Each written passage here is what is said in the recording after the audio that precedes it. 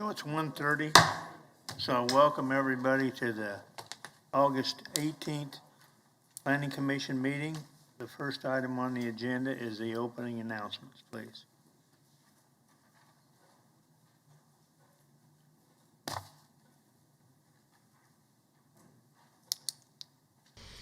Before we begin the agenda, the Wichita-Sedgwick County Metropolitan Area Planning Commission and the Wichita-Sedgwick County Board of Zoning Appeals would like to take this opportunity to welcome everyone to this public hearing. For those in attendance, copies of the agenda for today's meeting, the public hearing procedure, and Planning Department staff reports on all agenda items are available in the lobby.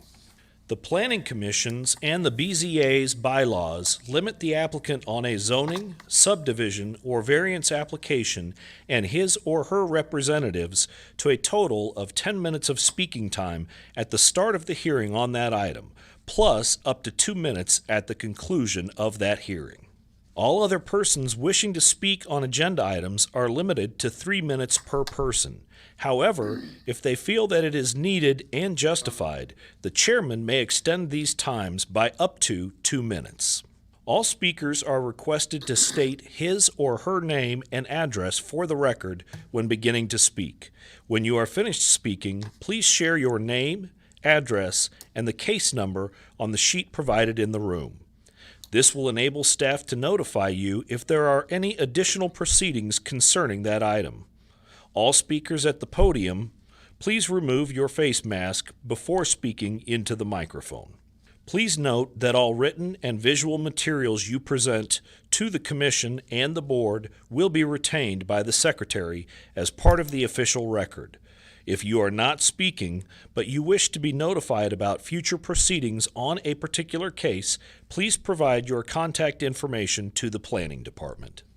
The Planning Commission and the Board are interested in hearing the views of all persons who wish to express themselves on all the agenda items. However, we ask that all speakers please be as courteous and concise as possible and avoid long repetitions of facts or opinions which have already been stated. For your information, the Wichita City Council has adopted a policy for all city zoning items. A copy of this policy is available from the planning staff. The City Council relies on a written record of the Planning Commission hearings and does not conduct its own additional public hearings on these items. The decision of the BZA is final. Any appeal of a decision of the BZA is to the district court. Thank you. Next item, we're going to have roll call. Yes, sir. Bill Johnson. Yes. Fox. Here. McKay. Here. Green. Here. Duell. Here. Blick. Here. Nix. Here. Foster is absent. Warren is absent. Joe Johnson. Here. Miles. Here. Hartman. Here. Cunningham. Here. Williams Bay. Here. Mr. Chair, I show 12 members present. Thank you. Okay, we're going to go through the agenda and see how many of these items we can take on consent. The first one has to do with subdivision item 2021-00030. Anybody on the commission want to hear this case? Oh, I suppose I should. Let's approve the minutes. I show that Mr. Nix and Mr. Blick was not here at that meeting. Move for approval. Second. Second. Got a motion approved by Mr. McKay, second by Mr. Green. Any discussion? All in favor, say aye. Aye. Aye. Anybody opposed? Okay, now we're going to go to subdivision 2021-00030. Anybody on the commission want to hear this case? How about the commissioners that are virtual want to hear it? Is there anybody? Nope. I'm sorry? No. Okay. Is there anybody in the commission chambers want to hear this case? Is there anybody virtual want to hear this case? Hearing none, what's the pleasure of the board? Move for approval. Second. Got a motion to approve by Mr. Hartman, second by Ms. Miles. Any discussion? All in favor, say aye. Aye. Aye. Anybody opposed? Okay, now the public hearing items, which item 4.1, we're going to hear that case because it was deferred from the 8/14 meeting. The next one, conditional 2022-00028, and we're going to hear that case also. The next one's condition 2022-00029. Is there anybody on the commission want to hear this case? Anybody virtual, anybody virtual commissioners want to hear this case? Anybody in the commission chambers want to hear this case? Seeing none, is there anybody virtual want to hear this case? 2022-00029. Hearing none, we'll take that on consent.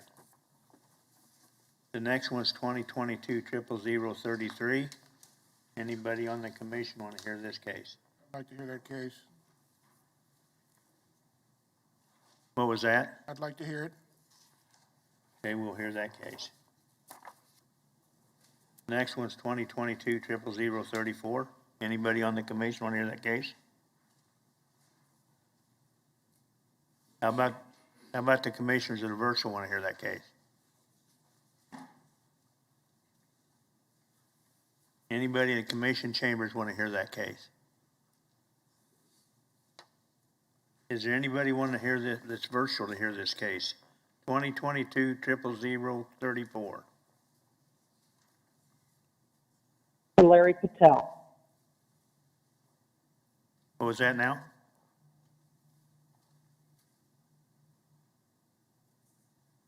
Did you want to hear this case?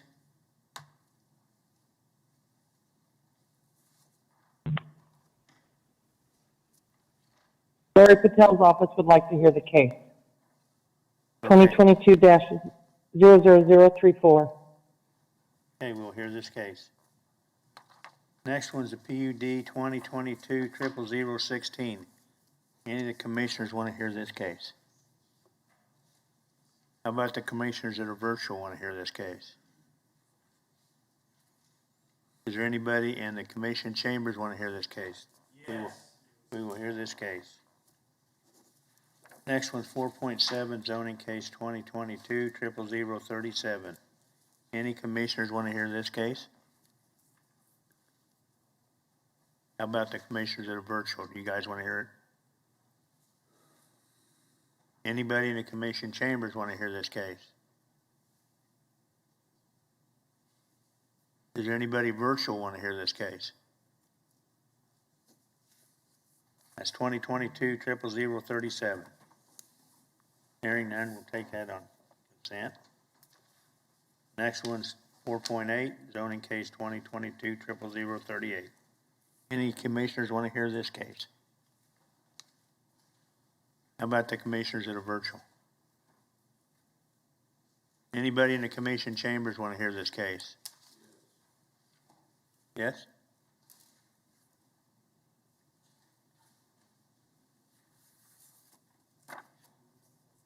We'll hear that case. Mr. Chairman, I move that we approve items, I guess, 4.3 and 4.7. Second. Got a motion to approve by Mr. Green. Was that second by Joe? Yes. Second by Joe Johnson. All in favor of the motion, say aye. Aye. Aye. Anybody opposed? That carries. 12-0. All right, now we're gonna go back to item 4.1, zoning case 2022-00035. This is a case that was deferred.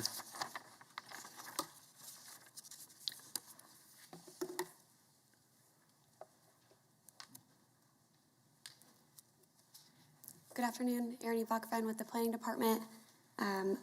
That is correct. Item 4.1 is in regard to Zone 2022-00035, which was heard at the meeting on the 4th and was deferred to this meeting. This was a request for a zone change from B multifamily to LC limited commercial for a property on the west side of Northwest Street and within 1/4 mile of West Sioux Boulevard. And as a reminder, so this subject site is developed with a single-story, two-family dwelling that is currently being utilized as office space. The applicant intends to sell this property and is looking to rezone it and bring it into compliance before doing so, as the office is not a permitted use in its current zoning district. At the last meeting, the MAPC expressed a desire to consider the requested LC zoning with a protective overlay, and staff has worked with the agent to determine which uses permitted in the LC limited commercial district would be appropriate for this site and in context with the area. Additionally, staff has recommended development standards for the protective overlay to minimize the potential impact of these commercial uses on the abutting residential properties.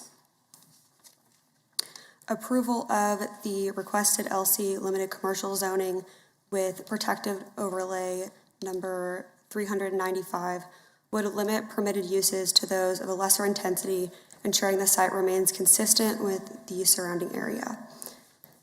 LC limited commercial uses permitted by the protective overlay number 395 are construction, sales and service, convenience stores, restaurants, general retail, secondhand stores, agricultural research, and agricultural sales and service.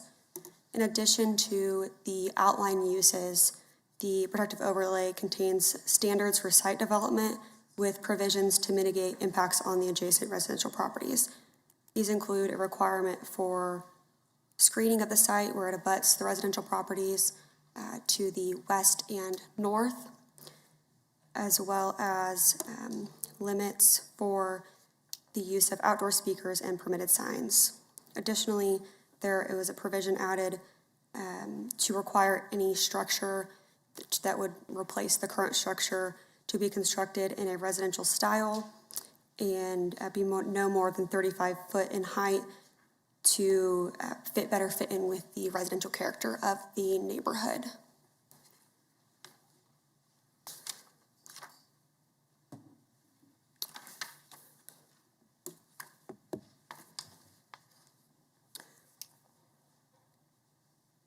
With the protective overlay 395, staff finds the request for limited commercial zoning to be in conformance with the comprehensive plan.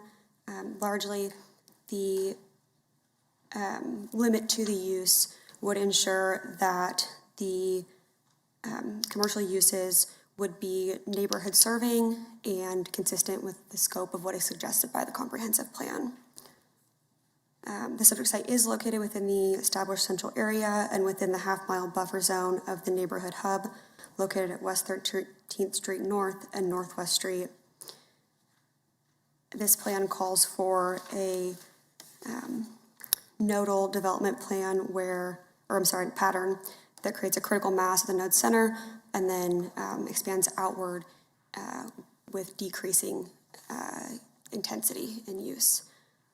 This change would be buffered, so the LC zoning on this site would be buffered from the adjacent residential properties by the GEO properties you can see there in green surrounding, and the protective overlay would require that screening surround the property on those two sides as well, as long as those properties remained residential.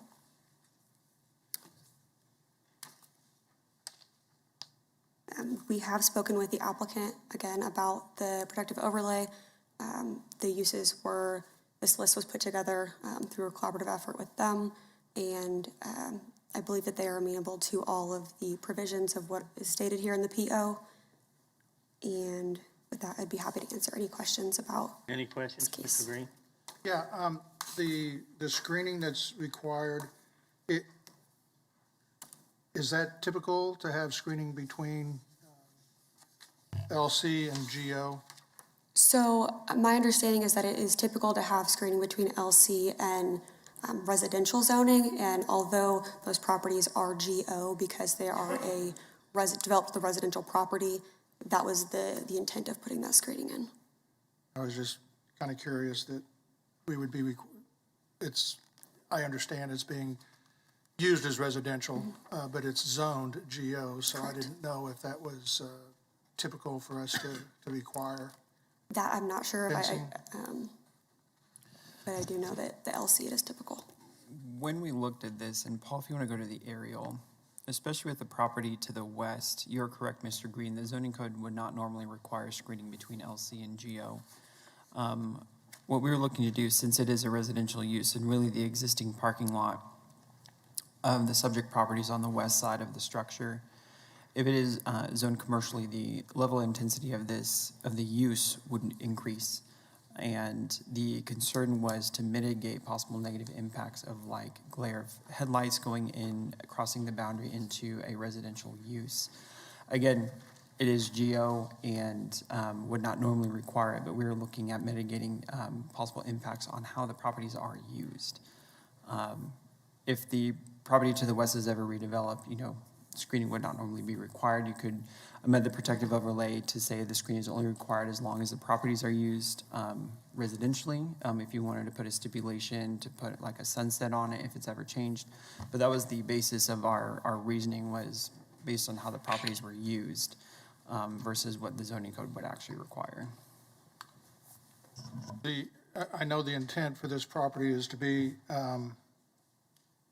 LC. And I think that there's currently it's partially residential. I mean, is there residents there now? Is somebody living? On the subject site, Yeah, on the subject side. my understanding is it's entirely used as an office space. It is all office now. Okay. All right.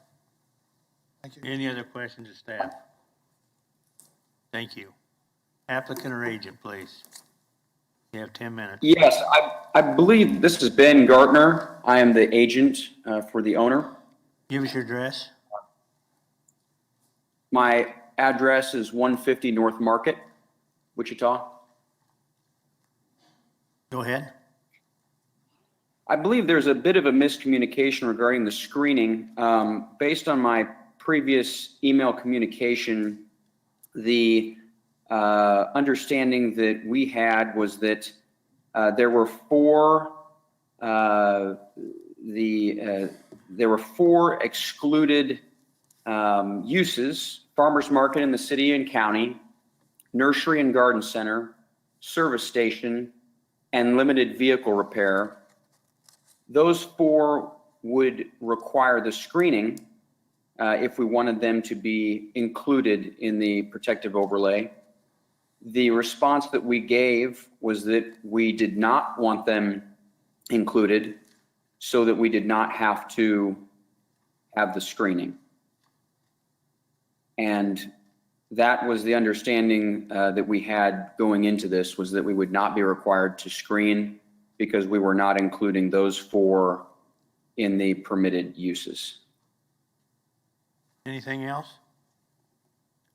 No, other than that, I think we're on the same page. Thank you. Any questions of the agent? I don't have one for the agent, but I've got another one for staff. If this property had maintained we had gone GO with this, like staff recommended a couple of weeks ago, would the screening be required? No. Because the parking lot is still there and. That is correct. No, there would not have been screening required. Okay. Now, that's what he said. Was that part of the deal when you guys met with him? We did look at that and we did discuss it and determine that screening would likely be beneficial in general, just based on the level of intensity that commercial uses would bring with the parking lot on the west side. So you're saying you're still going to require the screening? Yes, that is the way the protective overlay is written right now. Okay, any other questions of staff or anyone?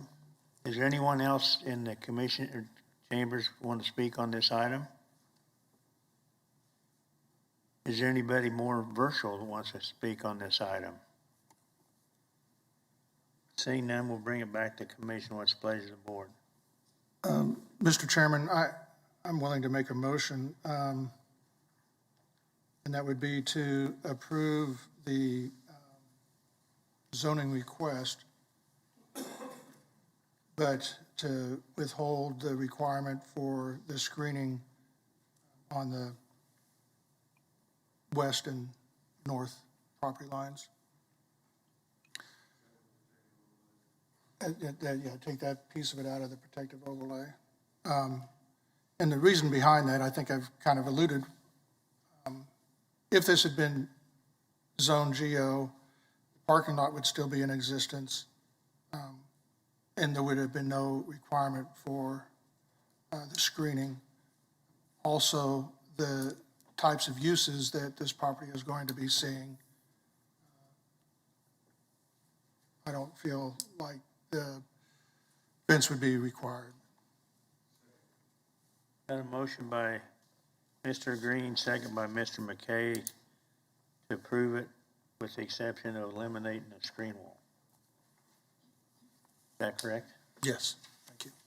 Any discussion on that motion? All in favor, say aye. Aye. Anybody opposed? Nay.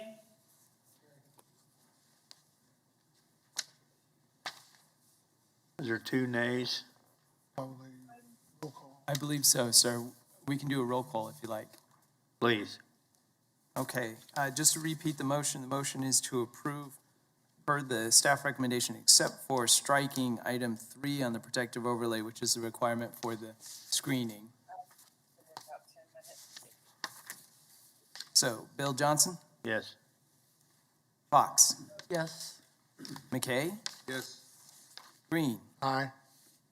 Dool, Yes. Blick. Aye. That's yes, or aye, sorry. Nix, Yes. Deborah Foster is absent. Warren is absent. Joe Johnson, Yes. Miles, No. Hartman, Yes. Cunningham,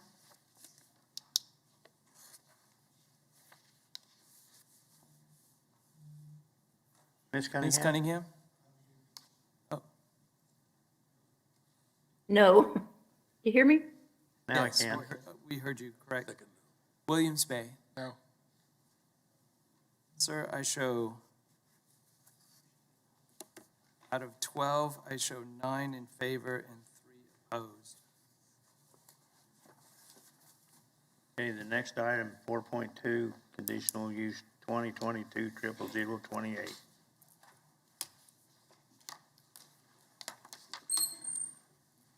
Which is a case very close to the one we just heard.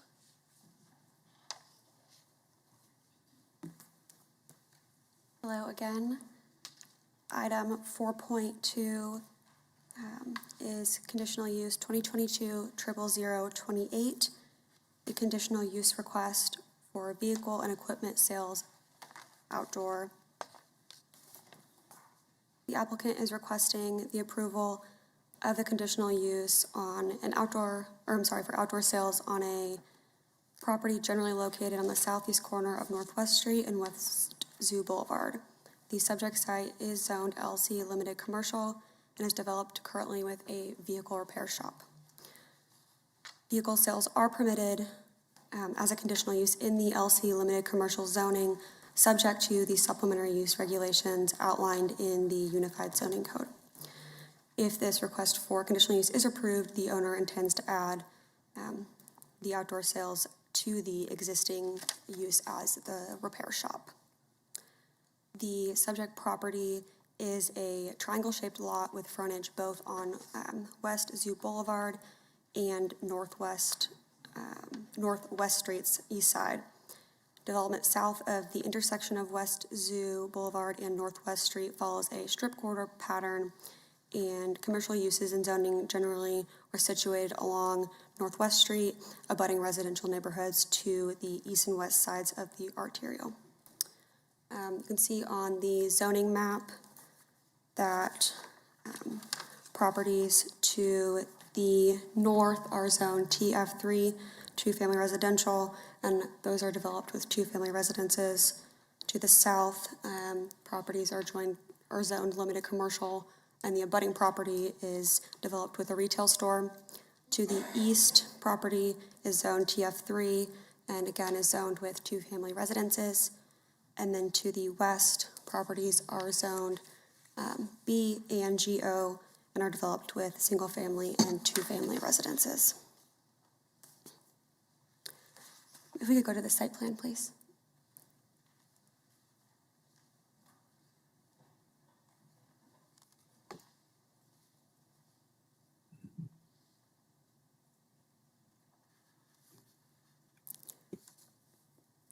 I do want to point out that there was previously a request for this same use on the property.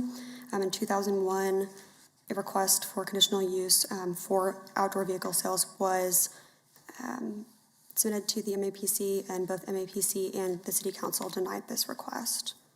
The site plan here is a revised version of the site plan that was proposed at that time.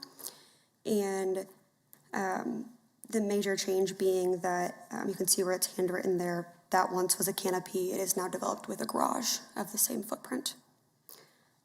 The otherwise significant changes to the site have not occurred.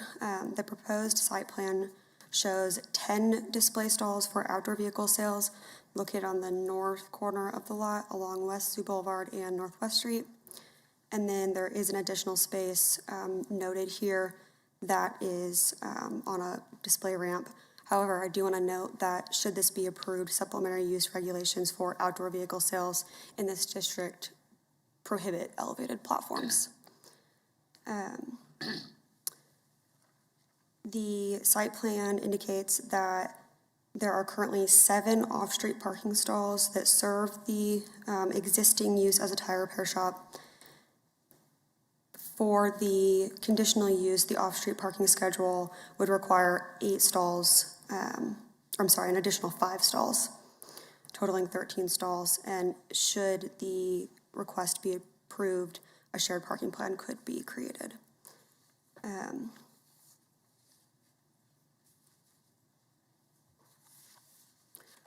Additionally, I do want to note that should this request be approved, staff would recommend that the number of vehicles for sale be limited to 5, despite there being 10 on the plan there. A survey of the surrounding area did show that there are 2 car lots operating nearby.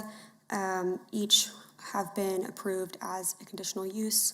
One is 0.45 miles south of the subject site on the northeast corner of Elm and Northwest Street. That was approved in 2015. Additionally, there is a new and used auto dealer located just under a mile away from the subject site at 400 Northwest Street. This was approved in 1991 as a request for use exception by the BZA. And this also is, the same lot was expanded in 2002. In 2020, a property located at 4231 West Central Avenue, so 0.8 miles south of the subject site, did also receive a conditional use. However, the site has not been developed as a car lot, so they received that but never followed through with the development. I think I'll have us go to the photos if that's all right. Okay, so you'll see this is the subject site facing north. Next photo, please. And then this is just southwest of the subject site, but facing the intersection. Next photo, please. This is across the street, so just west of the subject site. South of the subject site, you'll see that there is, this is the portion of that kind of limited commercial strip that goes down south of West Street, or down the strip of West Street. And then aerial. The requested conditional use is found not to be in conformance with the comprehensive plan. The 2035 Wichita Future Growth Concept Map identifies the area as appropriate for commercial land uses.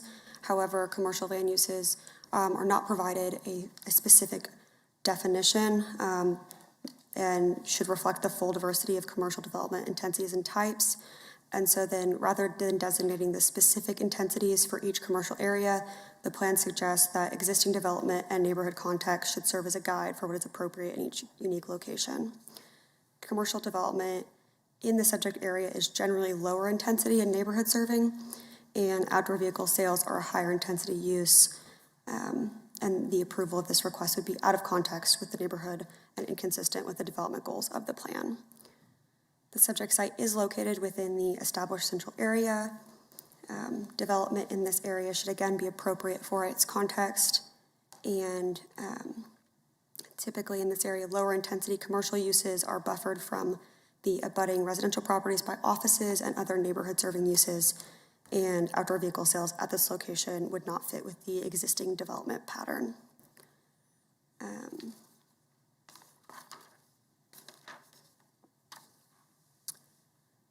Should the Metropolitan Area Planning Commission determine that this application be approved, staff recommends that it shall be subject to the following conditions, and the commission would be required to adopt additional findings to support these recommendations.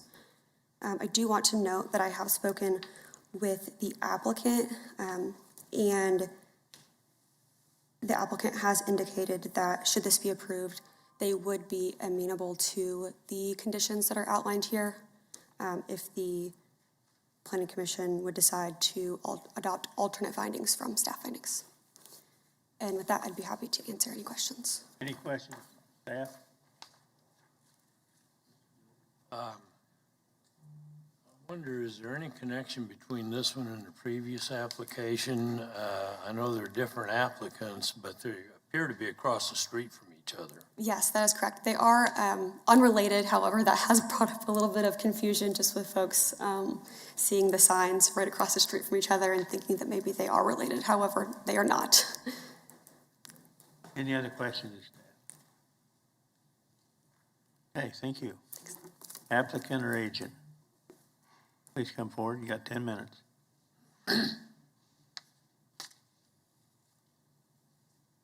Uh-oh. Applicant or agent? Hello. Okay. Okay. My name is Julio Garcia, and my case number is CON 2022000028. And I agree. Excuse me? Give us your address, please. Okay, 1108 Northwest Street, Wichita, Kansas 67203. Go ahead then. And I agree to the consideration recommended by the staff report, and will be 100% in compliance to you for the consideration. Thank you very much. Any questions of the applicant? Thank you. So is he agreeing to just 5 cars? Yes, I do.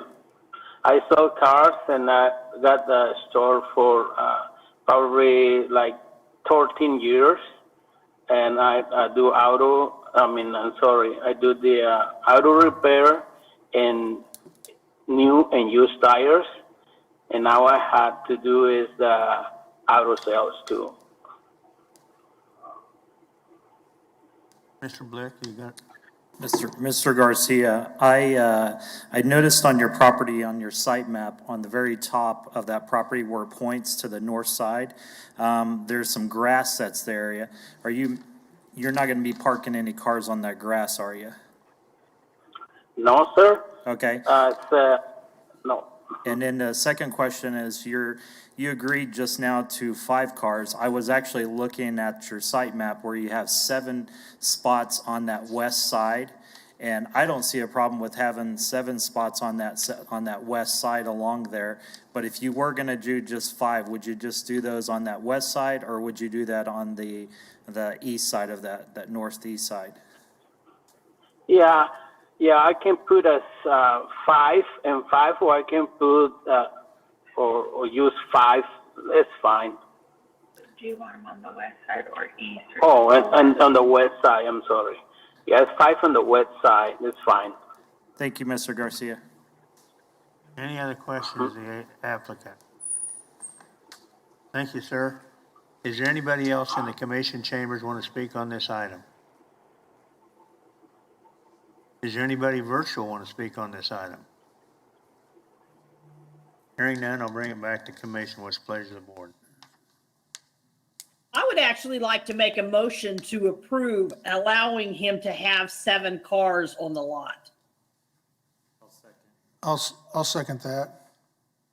The reason why I'm seconding that motion is, the way I look at this, it's a auto repair shop to begin with. And they're probably going to have, he probably has vehicles sitting out waiting to be repaired, waiting their turn to go in for repair. And I guess I really don't see a difference between a car sitting for repair or a car with a for sale sign on it. The cars are going to be there. So that's my thought on the second. And I agree with that. I can't, I'm almost would have gone towards the 10, but I am considering how many cars he does potentially have on the lot that are waiting to be repaired. I don't want to, go over what he actually is able to accommodate, but I think 7 would certainly be a reasonable number. Okay, there's a motion by Ms. Miles, second by Mr. Green for staff comments with the exception of 7 cars instead of 5. Any discussion on the motion? Mr. Our Chair, Secretary. So just a quick clarification, and I just want to make sure I've captured that correctly because of the findings that need to be made. What I'm hearing is that one of the findings is that the property is already in use for car repair, and there are cars that are already stored on the site. So therefore, by approving the conditional use for auto sales to take place, there's a sentiment that there would not be an adverse impact to the surrounding area because that is already an automobile-focused use that's already there. You stated that well. Yes. Better than I did. Any other discussion? Ms. Cunningham, did you have something? No, I'm in favor, so. Say, bring it back to commission. All in favor of the motion, say aye. Aye. Aye. Is there anybody opposed? That carries unanimously. Our next item, 4.4, CUP 2022, 00033. Good afternoon, everyone. Christina Reith, Associate Planner. This is case number CUP 2022-33. The applicant is Sloss & Companies with Butch Nuss, and the agent is PEC Engineering and Matt Williams. They are requesting a minor amendment to CUP DP 168. The property is currently zoned LC Limited Commercial, and the property is 2.97 acres in size, and they are proposing to allow for the development of a senior living cooperative on the generally located on the northeast corner of East 21st Street North and North Webb Road, and staff is recommending approval with conditions.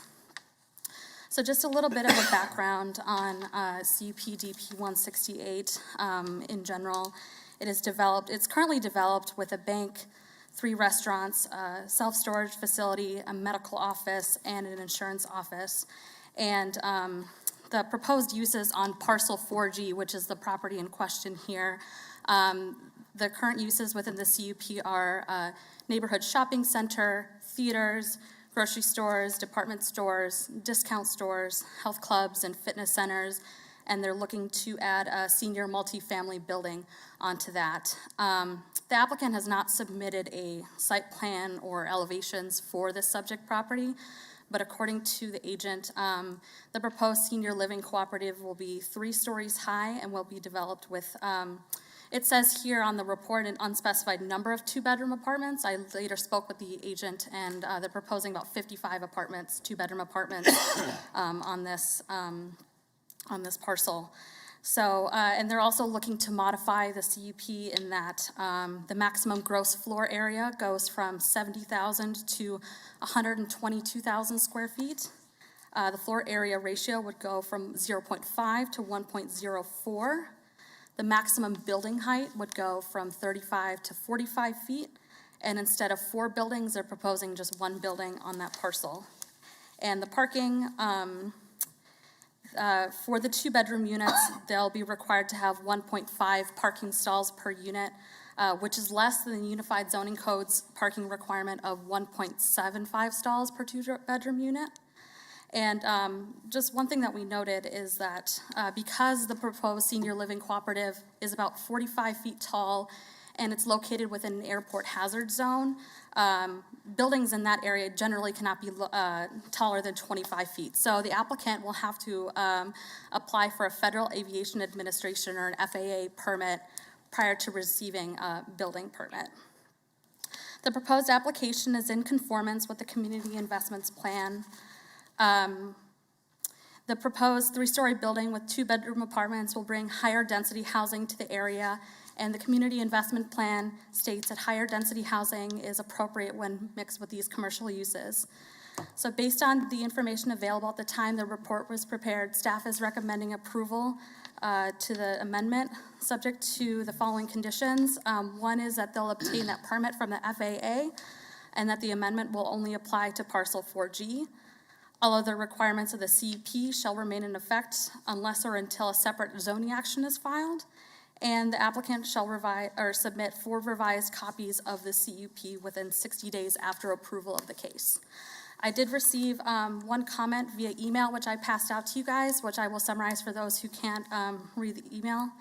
I did receive 1 concerned email. They were concerned about drainage, the amount of space between the building and the adjacent residential zoning is going to be about 40 feet. And then they're concerned about the reduction of property values and the increase in traffic. I will now stand for questions. Any questions of staff?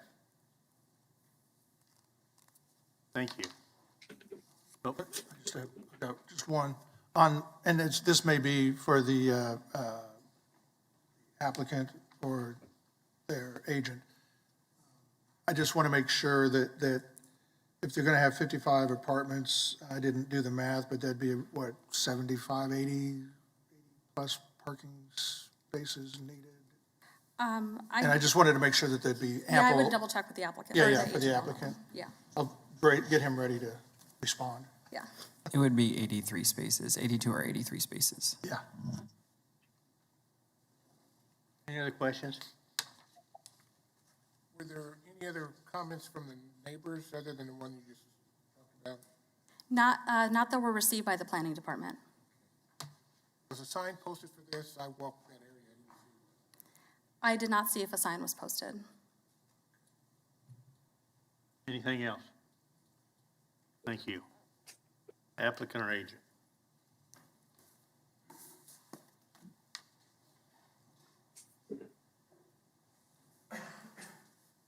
Good afternoon, Planning Commissioners. Good to see you. Matt Williams with PEC at 303 South Topeka. I did want to say the sign was posted out there. Possible that it might have fallen down, but it was posted. I want to introduce Shane with Real Estate Equities Development, who's going to go into a little bit more in detail about the project. Thank you. Commission, thanks for your time today. My name's Shane Wright. I'm a principal with Real Estate Equities, one of the owners with Real Estate Equities. We're the development company developing this proposed project and others. Address 1303 Corporate Center Drive, Suite 400, Eagan, Minnesota, 55121. Would somebody mind pulling up the presentation? And then do I have the ability to click through, or you all do? Okay. We'll kind of go pretty quickly because I know I've got 10 minutes, so we'll jump in. Our company's Real Estate Equities Development. We're proposing this village cooperative. It's a 100% owner-occupied senior community. So it'll be fully owned by the residents. Next slide. We'll do a quick introduction into our company and then what a cooperative is and then the site plan specifics. And I've got a few things I'll point out, address some of the parking questions that came about. Next slide. We're a Twin City-based company, been in business since 1972. Next slide.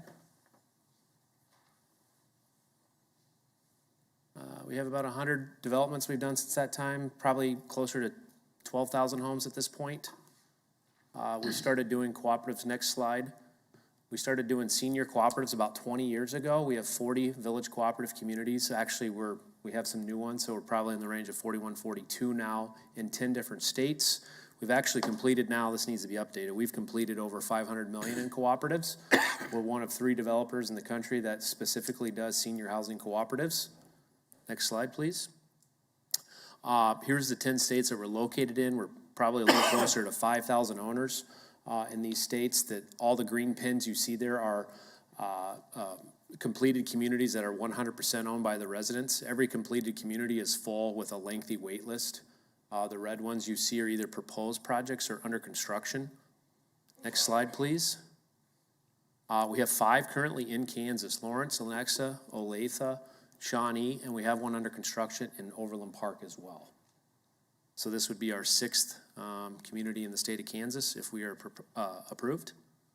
Next slide, please. Just quick background. Most of you probably do not know this, so I put this on here. Senior cooperative model was really invented in Minnesota in the 70s. There's about 130 in the country, 80 are in Minnesota. It's a unique form of home ownership for seniors. In Minnesota, pretty much every street runs into a lake, a golf course, or a senior housing cooperative. It's just pretty much known in Minnesota. I grew up in Kansas City. When I started this company, they were just beginning their cooperative development, so that was about 20 years ago. And I question everything why we stayed in Minnesota. It's a beautiful model of home ownership for seniors.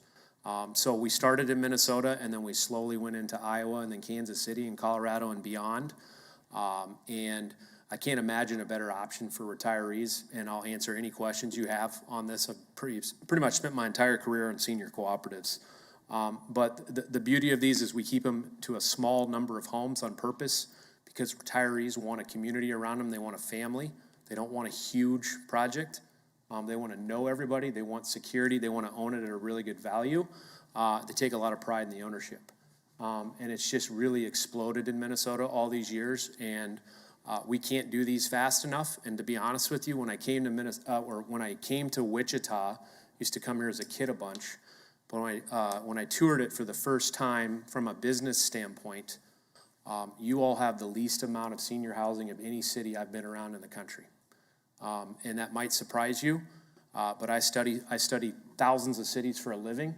I've never seen a city even close to this size that has as less as you do for retirees, and especially the target market that we look at. So the first thing I looked at was, why is that? And we dug deeper and deeper into that. And we think this is a beautiful location and city for this. And I predict you guys are going to get a lot more proposals for senior housing in the future based on the numbers. Yes? How are you going to handle the parking? So the parking goes beneath the building. So we have below grade parking. So that's one of the popular features of the co-op is the parking's beneath the building.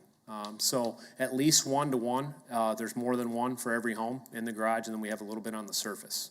That's one of the reasons for the request on the amendment to the CUP is the majority of that increase in square footage is actually below the ground because it technically counts in the square footage calcs. Next slide, please. We'll kind of jump through some of these so we can get to questions and kind of the site planning. But basically, a cooperative corporation, we sell 1 share for every home in the building. We're only proposing 55 homes. The cooperative owns everything. The residents are the shareholders in the corporation. We essentially set it up where they're their own landlord, but we professionally manage it and serve their board long term. Because they're their own landlord, they save a lot of money long term. And so we guide them through the ownership of this, and we answer their questions, and we manage our community, so we help them with all the best practices that goes into the cooperative operations. Next slide, please.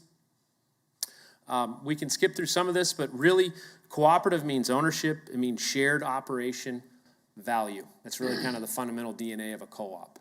And our retirees are younger. They're generally been in a house for a long time. The longevity of people, residents in their houses in Wichita it's staggering how long people have been in their homes. The only time I've seen cities with longer length of time in a home was Iowa, rural towns in Iowa. And it's staggering. And it's because there aren't the options that people would look to leave their home for. So next slide, please. People love these because they're new construction as well. And we'll get into some of the operations here in a minute. Next slide. Again, we talked about 55 homes is all that we're looking at. It's a very small number of homes. When we get to the site plan, you'll see we could do way more than 55 homes on the site.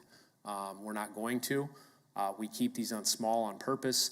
They generally take about 16 to 18 months to build. We haven't started projecting a start date because we think that's a little bit of the cart before the horse. This meeting, it would come as a part of that before we would start projecting start dates for that. But they're very nice buildings, architectural details. When you build as many as we have, that's imperative to owners who are going to be living there. The homes will be built over a post-tension concrete deck with 57 underground parking stalls, and then we will meet that 83 parking stall requirement that was mentioned earlier. Next slide. There's a lot of community areas. This is based around a community, so there's a lot of community areas in the building for the residents. So this just gives kind of a summary of all those amenities and community areas.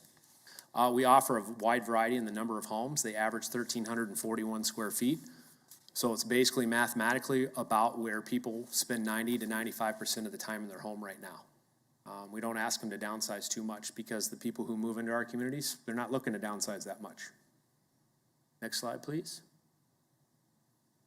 So from a concept site plan, obviously, again, approval from the commission and the city is paramount, number one. Number two is approval from the seller of the property on elevations and ultimately the materials in the building. But we wanted to show a depiction of how this building is scaled on the site. You can see the brown where the building is, the gray where the parking area is, and then we wanted everybody to see the amount of green area there. Because we put the parking beneath the building, we're able to landscape significantly more. The parking the parking beneath is probably 35,000 square feet, so that's part of that request on amendment to the CUP. If you took 35,000 square foot and you put it on the property, you'd have less green space. So we're able to add significant amounts of green space because of that. To the north of the building is where we potentially identify an area for raised garden beds. That's not set in stone at this state, but 1 minute. Okay, that sounds good. Thank you. Next slide. So just a couple of renderings if you'll click through. And if you go to the very end for me, please. Just click through pictures. You can see so why does a cooperative make a great neighbor? We're in neighborhoods. Probably 80% of our projects are in a neighborhood. We make a great neighbor because this is a soft, quiet use with senior owner residents. We create the least amount of traffic of any residential use possible. During AM peak times, International Traffic Engineer Study would tell you we create about 9 trips at AM peak time on 55 homes. The owners are local residents. It's 100% owned by them. They take a lot of pride in that. We have reserve programs set up through the operations for capital improvements. We've never had an assessment on a co-op. Not one single co-op has ever had an assessment because they set up reserve programs long-term. The longevity of the residents, their turnover of the homes is minimal. Sir, do you need some additional time? What's that? Do you need some additional time? If you'll grant me additional time, I probably just need 2-3 more minutes, is it? I can grant 2 minutes. Okay, thank you, sir. The longevity of the residents and the turnover of homes is minimal. The average time they're staying there is probably in the range of 8 to 12 years, which is significantly longer than traditional senior housing. The owners there are often volunteers in the community. Volunteering is a huge component of their lifestyle amongst our residents. The buildings professionally managed. They're beautiful buildings and homes, and the underground parking creates way more green space on our properties. At the end of the day, we know that ownership is desirable amongst retirees. We could never meet the demand of this. The people who get into our communities really feel like they've gotten lucky to get this location. So in closing, what I would say is we hosted a neighborhood meeting a couple of weeks ago. It wasn't a requirement. We did it because we actually asked for their support. We asked for their support because I know long-term, I've been doing this 20 years. We know we're the best possible neighbor. And we asked for support. And in that room, were there some people that didn't want us, and were there some people that thought about it and thought about the alternatives that could go there? I had some people come up to me and say, I'm really close, I'm next door to the site. I would rather this than the alternatives. Had somebody else say, we don't want you there. But what was important to us is we want to be a great neighbor, and we know we will be, and we're asking for your support. And if you have any questions, I've poured my entire career into this, and this is desperately needed in Wichita. Not just 55 homes. We're just proposing 55 homes and a small community on this corner, and we know we're going to make a great neighbor, and I'd love to explain even further if you have additional questions. Thank you for your time today. Any questions of the speaker? Hearing none, thank you. Okay, thank you, everyone. Is there anybody else here in the commission chambers want to speak on this item? Anybody in the commission okay. Please come forward and give us your name and address. My name is Brian Stewart, 11413 East Brookview Court, Wichita, 67226. I wasn't actually here for this one, but I wanted to chime in because there was an issue about the signs, and one of the things I just wanted to share is that those signs are small, they're placed in locations that you may not normally drive by, and the sign for my particular thing that I came here before, I only saw a couple days ago.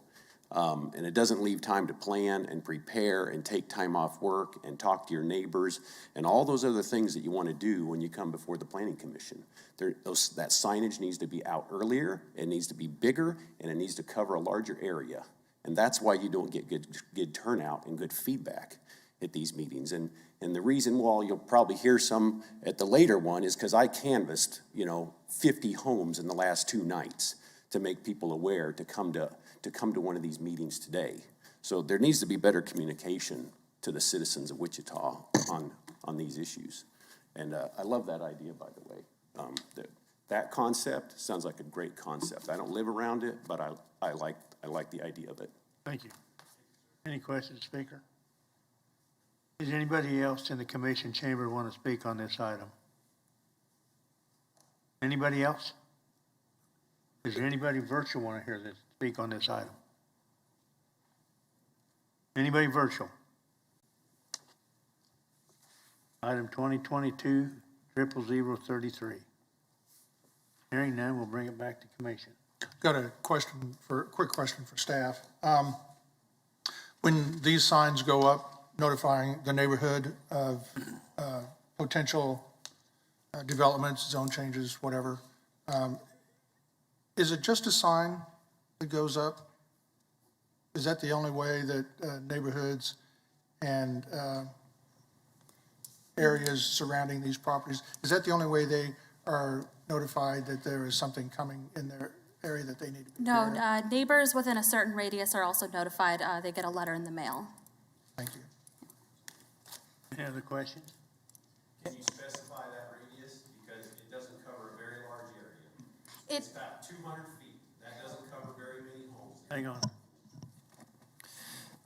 The radius for this would have been equal to that of the original notification area when the CUP was established, which would likely be at least 500 to maybe 750 feet around that parcel. Since it was only an amendment, it doesn't go from the boundaries of the entire CUP, but it's the original notification, which again, based on the acreage of this, of the entire CUP on the northeast corner, would likely be, I don't have that number in front of me, would likely be 750 feet at a minimum.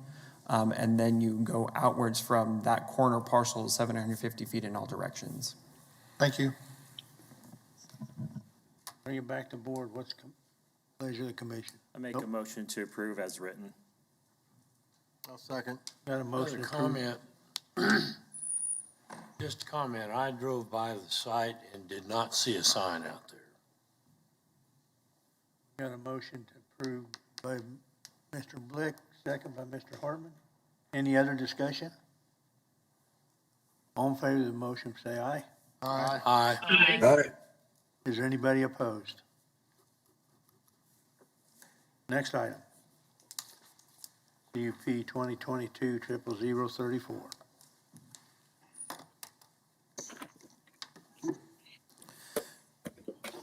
Paul, if you could go to the CUP drawing just before we begin. There you go. Good afternoon, Planning Commissioners. Philip Zevenbergen with the planning staff. For the record, CUP 2234 is an amendment to DP 12, which was the Town East Mall Community Unit Plan. The applicant is Simon Properties, who is the owner of the majority of the mall property. They are requesting an amendment for a couple reasons. Number one, as you can see on your screen here, I've outlined what it will become parcel 1B if this application is approved. This is the Dillard's department store and the surrounding parking that they own. This parcel is being created to exempt them from the proposed new uses on the remainder of parcel 1. And parcel 1 being the majority of the mall property, save for, as you can see in the middle, parcel 16 that was created when Shields came through, and that is now under construction to become Shields. But in general, the rest of the mall area plus the remaining parking, so that includes the parking up here, all of this parking around here to the east side as well. If you're familiar from our last planning commission, this area up here are parcels 13 and 14. They're not part of this. It just applies to parcel 1. In general, the applicant is requesting to add additional uses for outdoor retail, outdoor sales, outdoor events on parcel 1. In your staff report on page 2, this would be what will become item C under the proposed uses for parcel 1.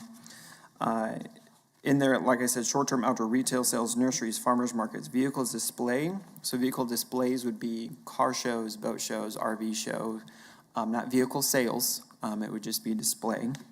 Personal improvement services, so that's nail, hair, barbershop, things like that.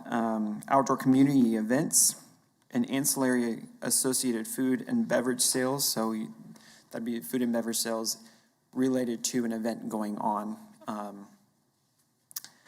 They have provided a number of conditions for these types of uses. The display of vehicles, again, not the sale of them, the display of vehicles would be limited to motorized vehicles, boats, RVs, farm equipment, motorcycles, including car shows. They would allow a temporary outdoor tire check and repair and dent removal services. So pretty much anything fairly non-mechanical. When you think of such as hail damage, they can do fairly non-mechanical ways to remove hail damage.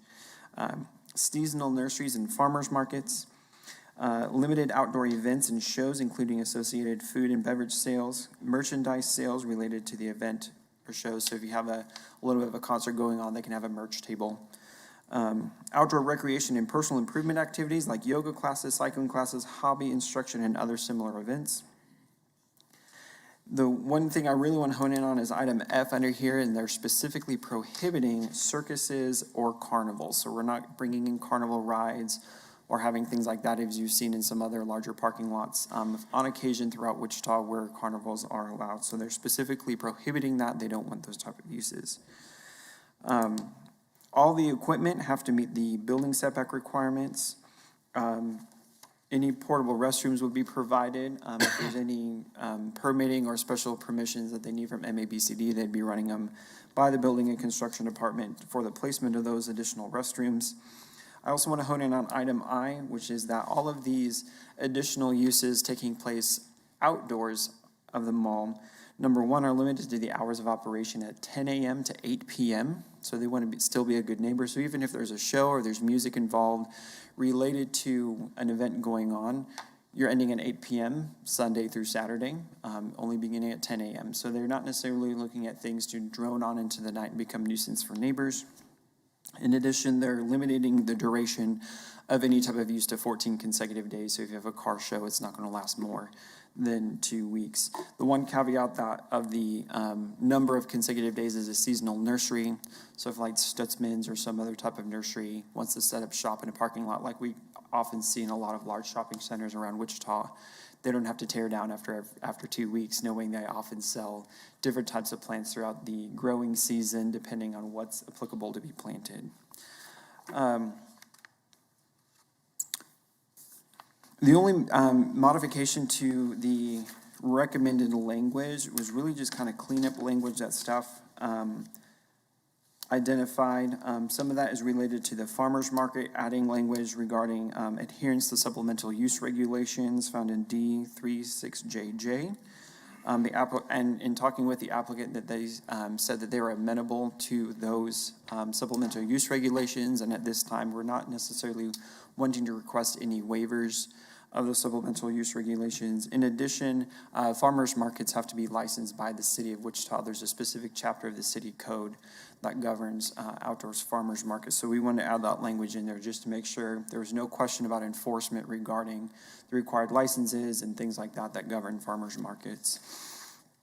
In addition, when it comes to signs and access, particularly for parcel 1B with it being created, cleaning up language to things that actually were pertaining to 1B and then cleaning up what would be the remainder of parcel 1.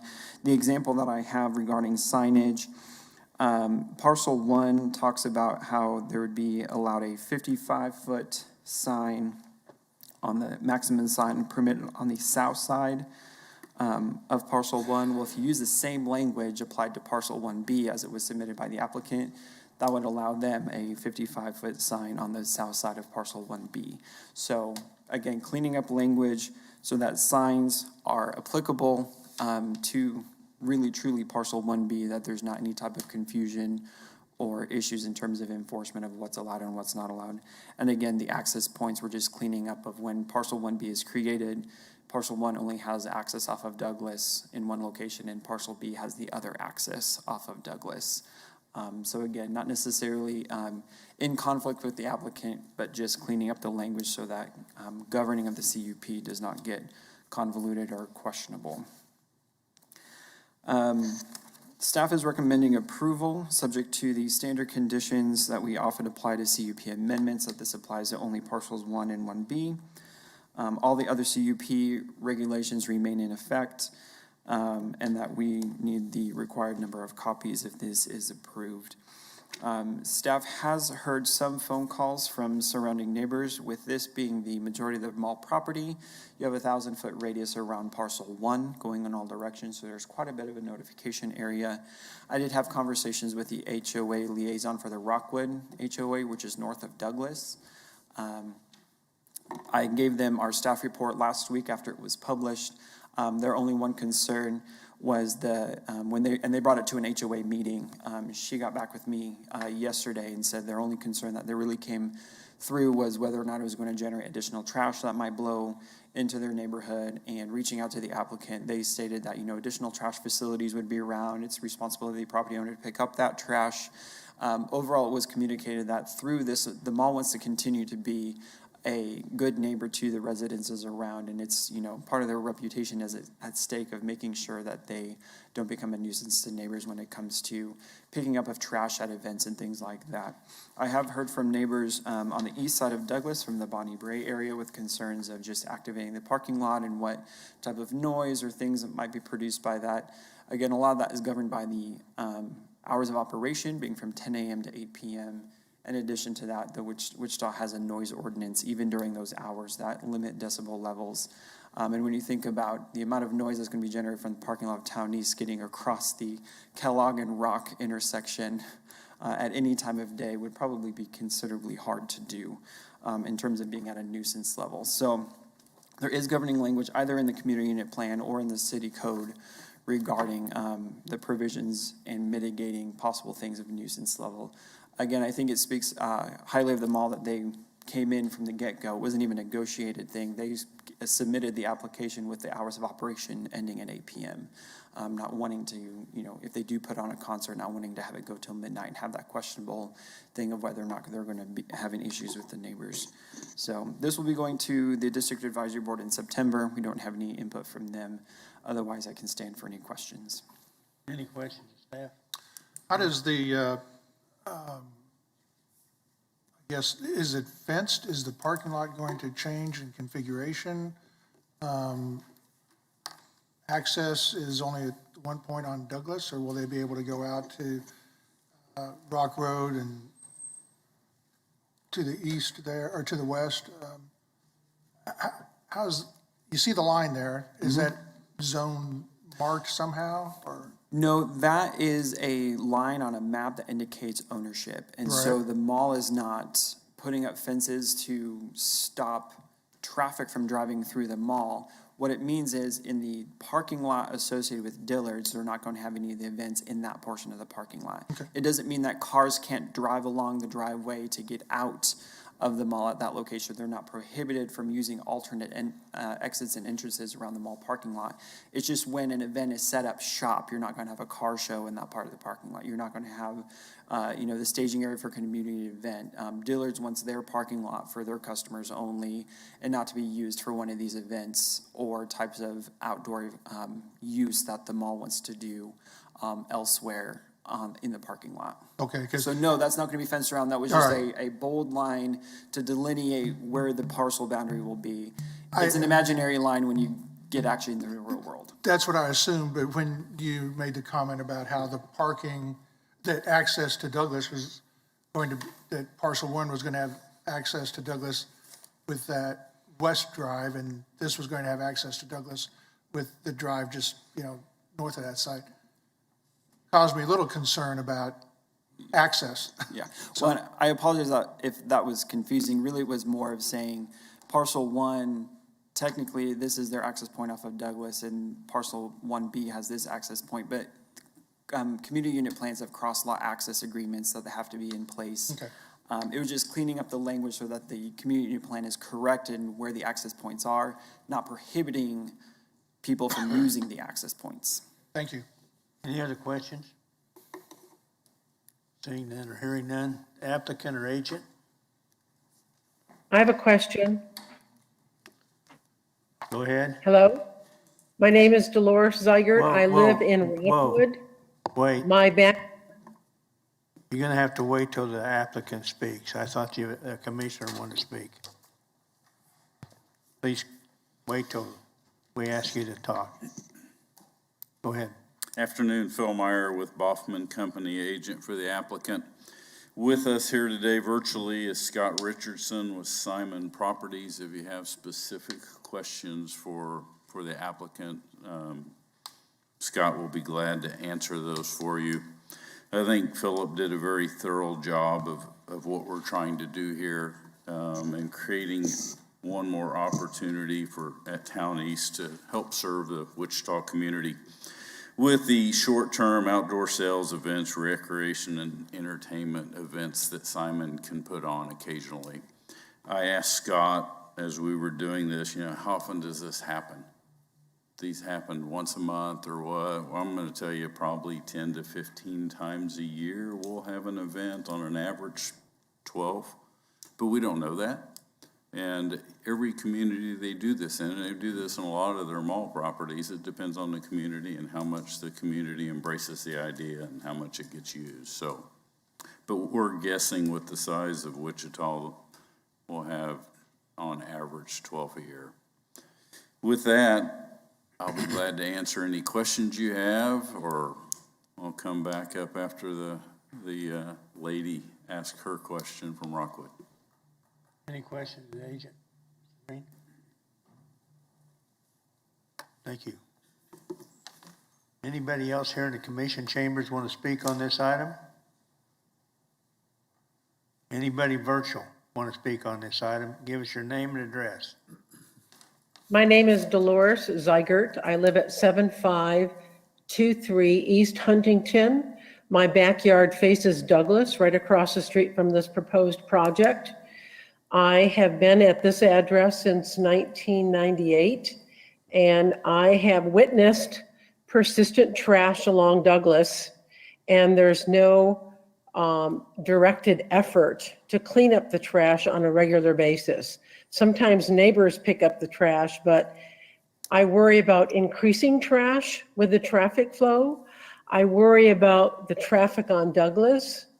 I worry about the noise and people parking in our neighborhood. That's a big concern, especially since I live right across the street from it. Anything else, ma'am? Those are my concerns. Anything else? That's it. Thank you. Any questions? And also crime, increased crime in the neighborhood. Okay. Anybody on the commission has a question of the speaker? Seeing none, thank you, ma'am.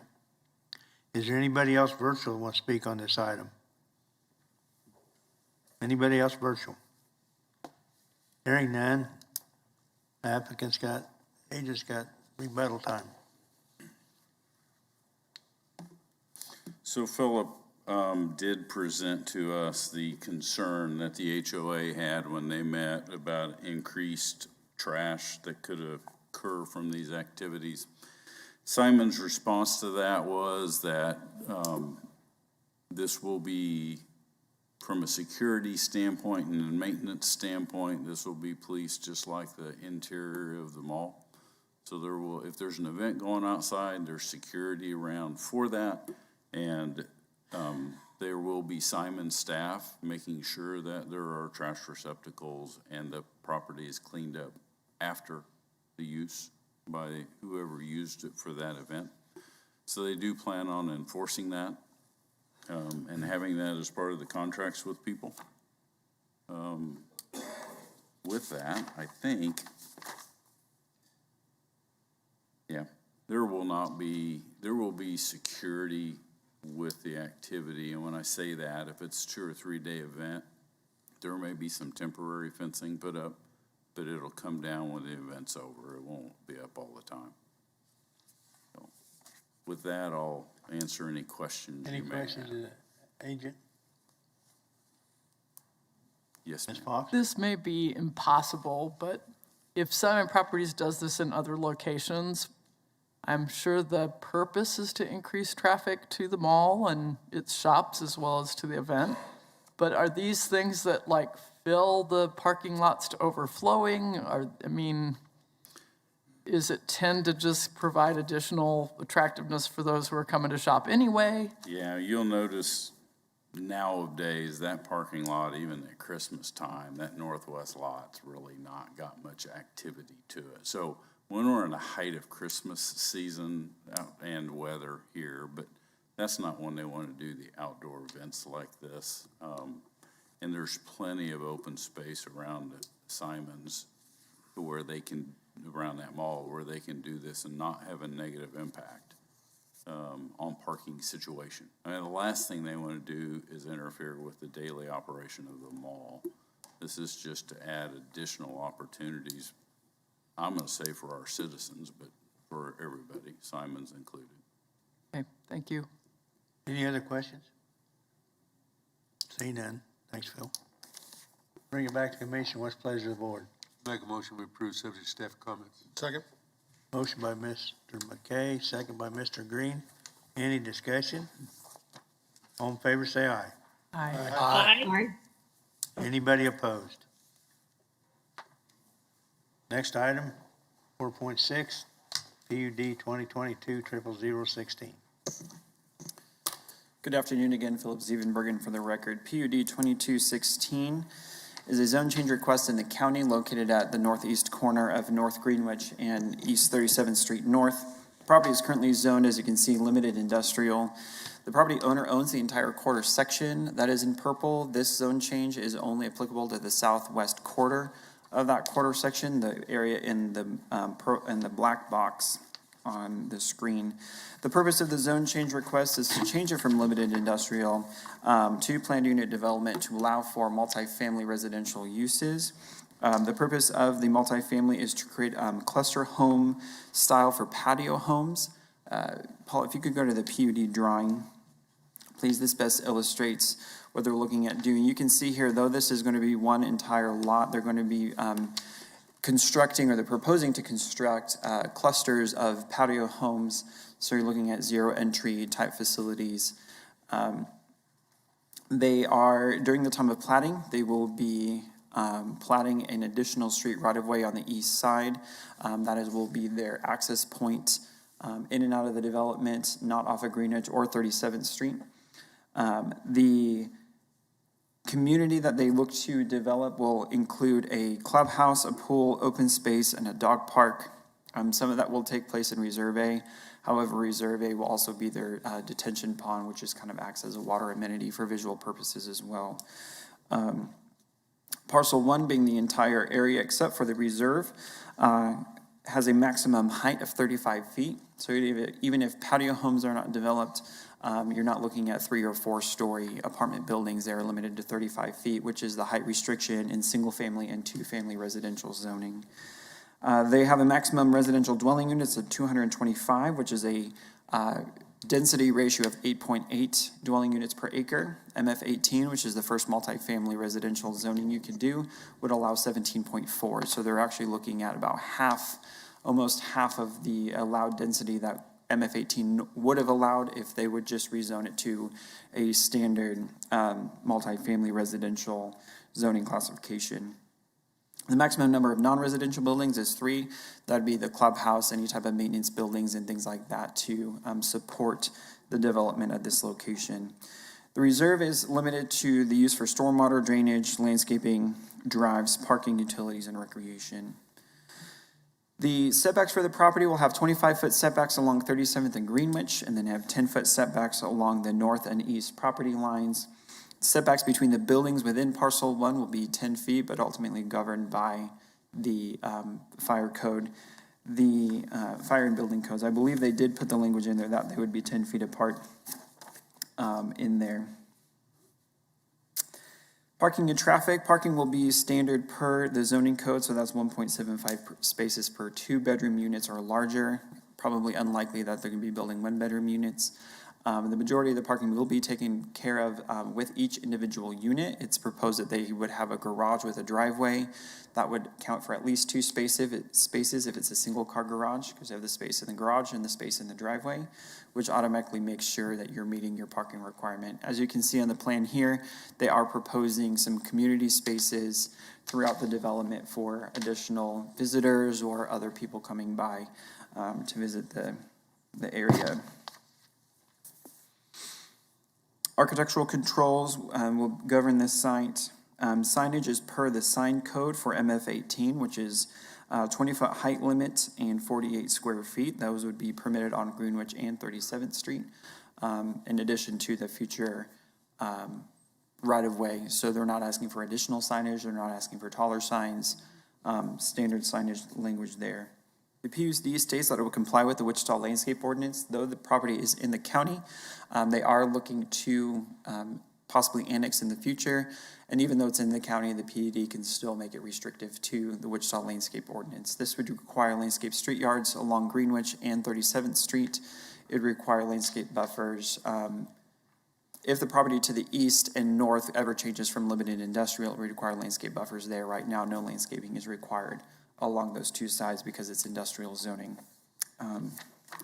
Screening would not be required on the north and the east. However, the applicant is written it into the language that they will be providing a screening wall or fence along those. Staff recommended language regarding screening would be adding a screening fence as an option on the south side since it's across the street from residential zoning. If this was a standard multifamily zoning designation, a screening fence would be required across the street from the single-family residential zoning to the south. This went to the Citizens Advisory Board for District 1 in the county last Monday. They considered the request. Overall, they did have a recommendation of approval with a unanimous vote. They did add language to the PUD regarding screening. And it's not to make it more restrictive. They actually wanted to provide an option to let the applicant obtain some of the screening standards by using landscaping instead. The way the PUD was submitted by the applicant would limit them to using a fence or a wall. The advisory board wanted to write it in to allow them to use landscaping so that they could use more natural vegetation to accomplish the screening and not just be pigeonholed and restricted to just using a fence or a wall. The applicant was amenable to that, and that was their recommendation. So that's something for you guys to consider this afternoon as you look to make a recommendation of potentially including that caveat of adding landscaping as an option for screening. You want to go to the zoning map. Properties to the north and east, as I said, are limited industrial. They are owned by the applicant. Property to the south is in the city of Wichita's zone single-family residential, and it's a relatively newer development with various number of homes going up, and there's some property that has not been developed within it yet. Property to the west is zone rural residential, and it's in Sedgwick County, and it's a agricultural field. The property was zone limited industrial in 2017. Obviously, the market never chose this area for any type of industrial development. And as we've been seeing along the Greenwich corridor, we've actually been seeing several other types of down zonings going on in this area, away from industrial type of uses, going back more towards like commercial or even residential type uses in the area. As I mentioned before, the PUD shows a proposed 60-foot new right-of-way along the east side of the property. East 37th Street is a two-lane county arterial, and Greenwich is also a two-lane county arterial at this location. Both of them are paved. Platting would require any additional improvements to them if they need. Since they're not providing access, you may not be getting XL lanes or decel lanes. When it comes to future improvements, that'll be something right now as determined by the county. Whenever they would want to make additional improvements for widening or creating more lanes along 37th or Greenwich, or when to signal the intersection of 37th and Greenwich. As we heard previously, we're looking at the 29th and Greenwich signalization happening usually by the end of the year.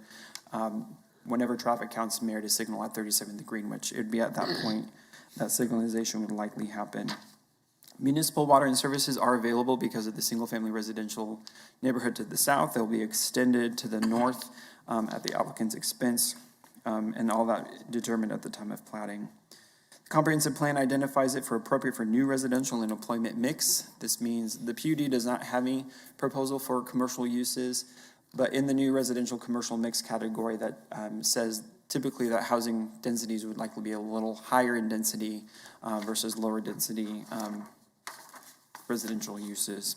Overall, staff is recommending approval subject to the conditions, and the biggest condition being approval of the recommended text that is in your staff report. Other than some cleaning up language on item number 9 in terms of correctly citing different codes for screening, the only added language that staff has is requiring the screening along the south boundary, in addition to cleanup language on item 16, changing out the city of Wichita to the planning department. As I mentioned before, and just as a reminder, the Citizens Advisory Board's recommendation included additional language saying that landscaping could be used to satisfy the screening requirement. So that's something to consider for you all today. I've recently heard some public comment. You guys received an email today, and there's a handout of that email at your desk regarding concerns of multifamily development. On one of the phone calls I had earlier this week when I was explaining that with single-family patio homes and there's just more cluster development, that seemed to appease their concern. There may be other folks who would like to speak about that today, and I'll let them express their concerns for you. With that, I can stand for any questions.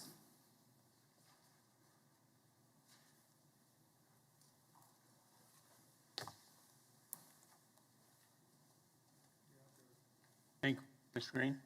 Yeah, this area has not been platted yet. No, it has not. Okay, thank you. We see so many, and it's hard to keep them in track. And the site plan that we've been given on page 9, this is just it's not anything that's set and confirmed that this is how it's going to look, and this is all the access and all that kind of stuff. Correct, because some of the things will have to be determined at the time of platting. If the access points that are shown on the right-of-way are deemed too close, then they would have to put a different, they'd have to space them apart.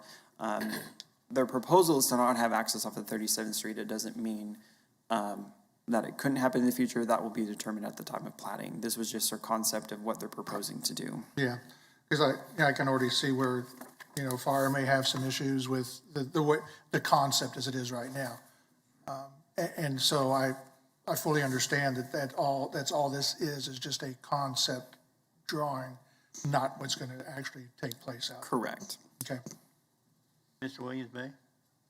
Do we know whether these units are going to be built for sale or rent?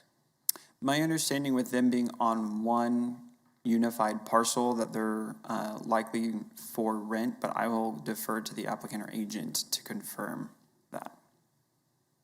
Any other questions of staff? Seeing none, thank you. Applicant or agent?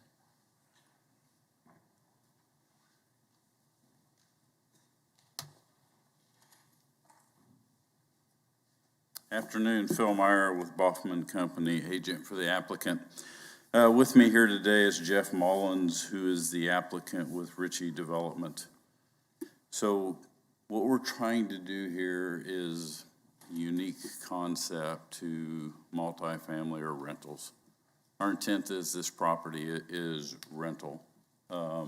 Something different from the duplexes you're seeing going all over town, something a little more creative. Ritchie Development did do the Brookfield development to the south. They have this quarter section that you see to the north. There you go. So I'm not sure that black outline is absolutely right. It's close. That purple is all industrial. That is 160 acres. We've got 25.8, 26 acres, so ideally it's there, but it's a little too far north. That's showing 40 acres, so we don't have quite that much up there. We could have done this development, I thought, when we started with a simple down zone to MF18. We are industrial, so we could have just down zoned it to MF18 and had the density. You'll notice with this PUD that we've restricted it down from MF18 to 8.8 units per acre, which matches the acreage we have in the concept plan. So to answer Commissioner Green's question, that is just a concept plan. It is subject to change. It will change as we go through the planning process. I'm not saying that the developer won't change it, but I know City Hall will probably change portions of that. So we did with the 25 plus acres have its 1,000-foot notice on the radius that went out for the notification for adjacent landowners. We do fully intend to annex to Wichita and bring in sewer and water from the city of Wichita. At CAB, they suggested that we allow the opportunity for landscape screening to allow landscaping to be used for our screening. We were perfectly good with that and still are today if the Planning Commission likes that idea. So with that, I may be brief now. I may ask for a little more on the rebuttal, but we'll just see what happens as we hear neighbors' concerns. Any questions? Go ahead, Mr. Hartman. Are these going to be private streets? They are private streets. Now, the street we're proposing to the east side of it will be public. Everything interior to this will be private street like an apartment complex, but these will be patio homes and there could be duplexes or something also. They could be attached too, but it's not a apartment complex that's 2-story and 8 units inside of it. Any other questions? Yeah, will you be marketing to older people, or is this an all ages unit? Our intent today is this is an all ages unit with not only the site location, but some of the amenities they're putting in it. But elderly are more than welcome to live here, but it will be open to all ages. Any other questions? Hearing none. Anybody else in the commission chamber want to speak on this item? Please come forward and give us your name.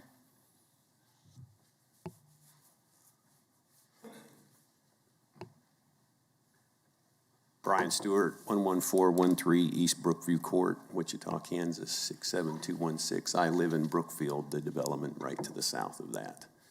How long do I have? 3 minutes? Thank you. So there are dozens of locations within Wichita that can provide PUD opportunities for which infrastructure and public transportation already exists that are now and have been for years empty, deteriorating, and decaying.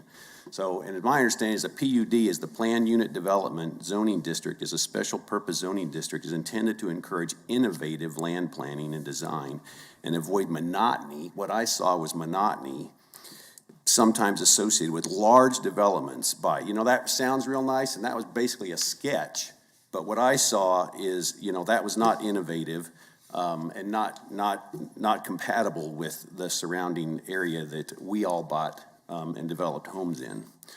So, and call it what it is, what I saw was duplexes, and it's just like the picture I've got on the flyer. I walked my neighborhood the other night and talked to 26 people, and not a single person was in favor of what's being planned, not a one.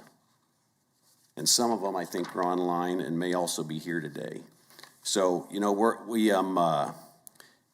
it sounds nice, but it looks like it's just, it allows duplexes and high-density rental housing with a developer making a profit at our homeowners' expense rather than innovative and better long-term gentle density housing solutions. That's high density. That's over 8 units per acre.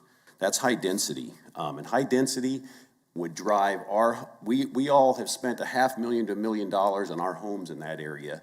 And high density, if it's higher than the county average, drives values down 13.8%.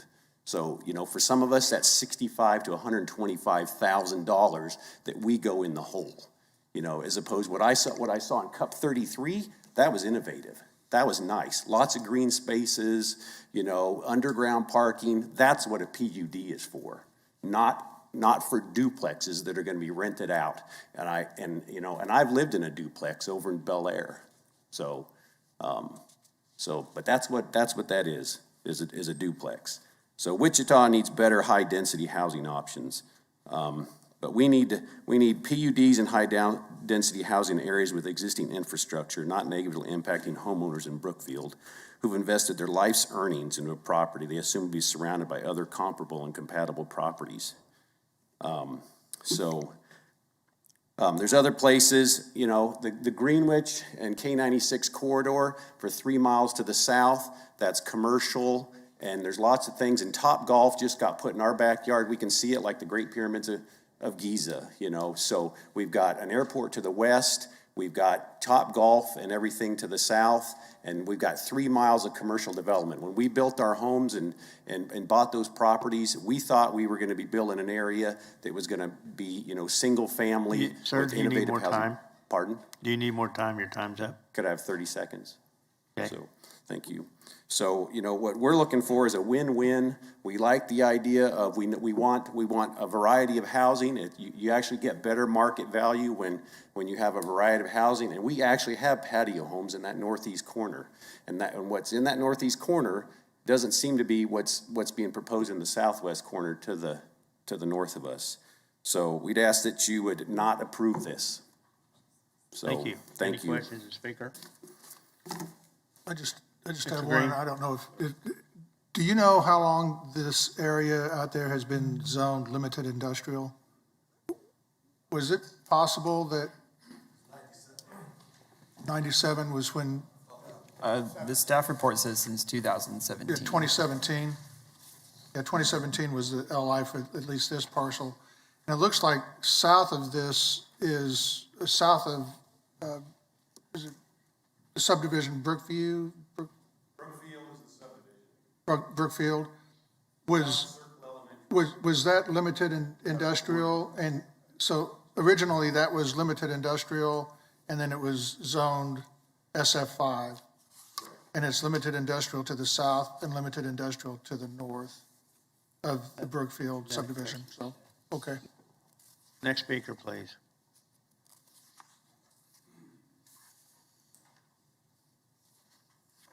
Mr. Chairman, before he gets up here, isn't the property still in zone light industrial?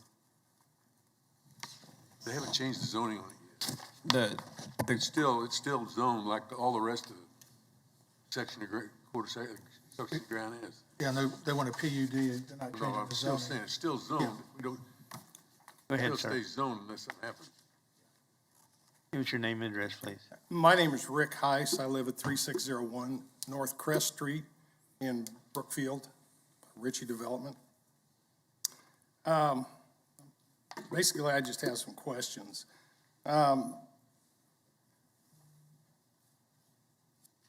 My questions are, number one, what are these buildings going to look like? We've seen no architectural renderings. We don't know what the elevations look like. Nothing like what the previous people brought up here. So you're basically approving a pig in a poke. We don't know what these are going to look like. They could look like the stuff over at 53rd and Rock, that area there. Matter of fact, while my home was being built, we lived in a duplex over there. So I think that we need some kind of drawings to evaluate what we're getting in our neighborhood. You've answered my question. Are they rentals? Well, I had another question. Are these rentals going to be available for rent subsidies?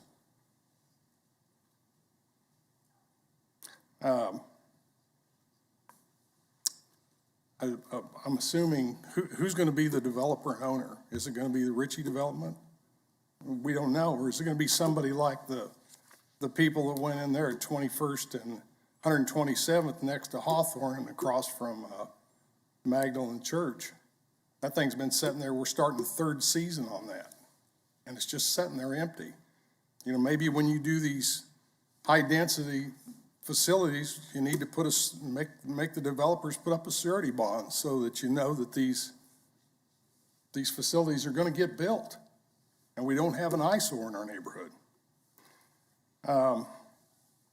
I've got a problem with stormwater runoff. Phil alluded to the fact that they are going to have a detention pond up there. Well, I'd kind of like to know what the calculations are on that detention pond because my home backs up to Dry Creek. And I don't know whether, obviously you people have not been out in that development, I don't believe. But anyway, there's like I think I want to say a 6-cell box culvert there. Well, these last few rains that we've had several months ago, we're within inches of that box culvert being filled. So I'm concerned about all the development that may happen. You know, we're getting more and more stuff at Jabbar Airport. We've got a fairly significant amount of water that's coming down through that neighborhood.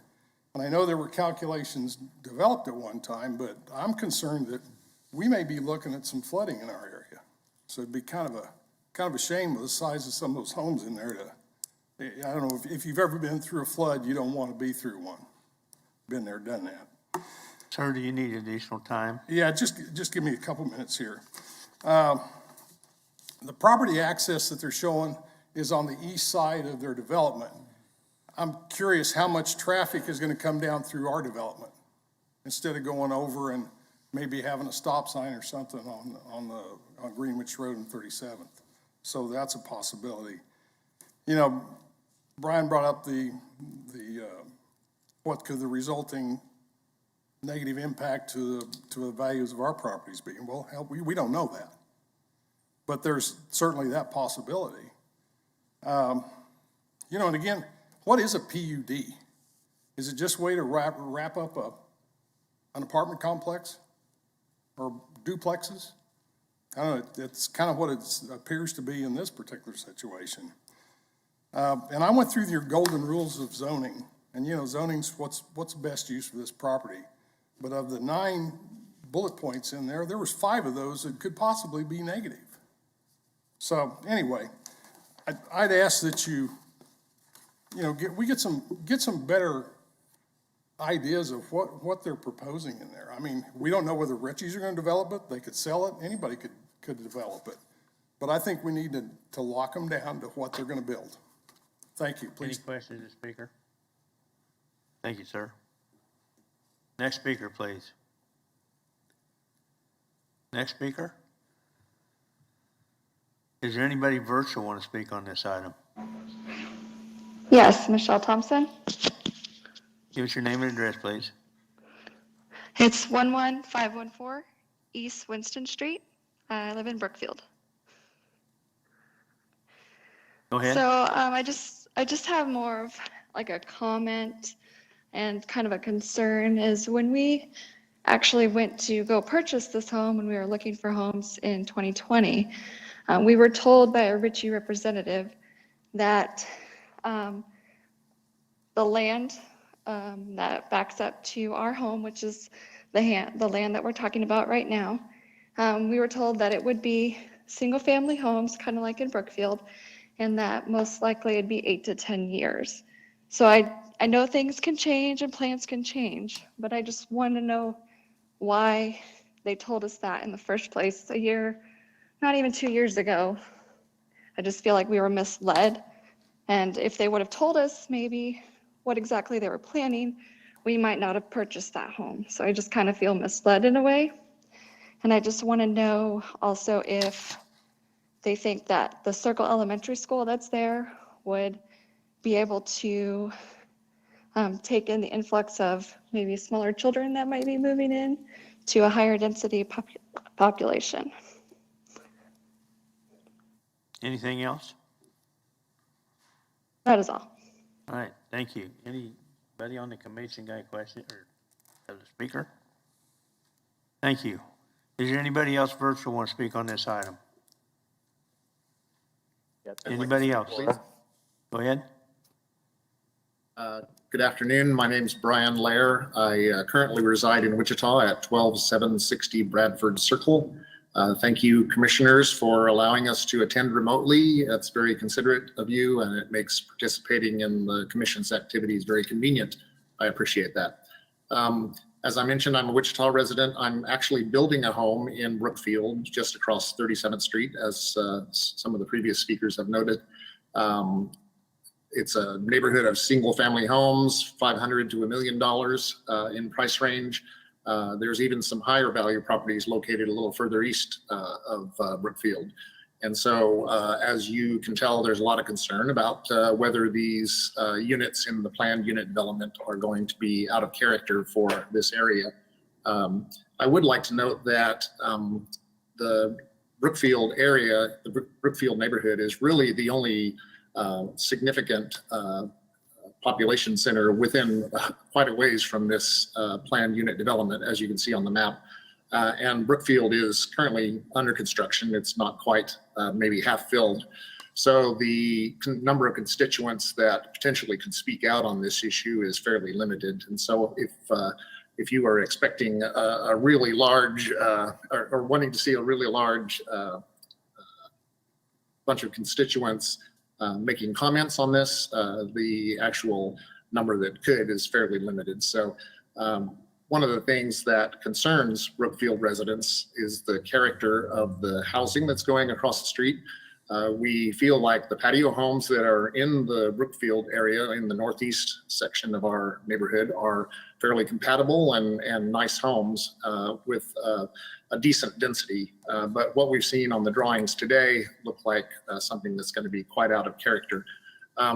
Like Mr. Stewart, who spoken earlier, I'm very concerned that this will result in significantly detrimental effect on the property values of Brookfield.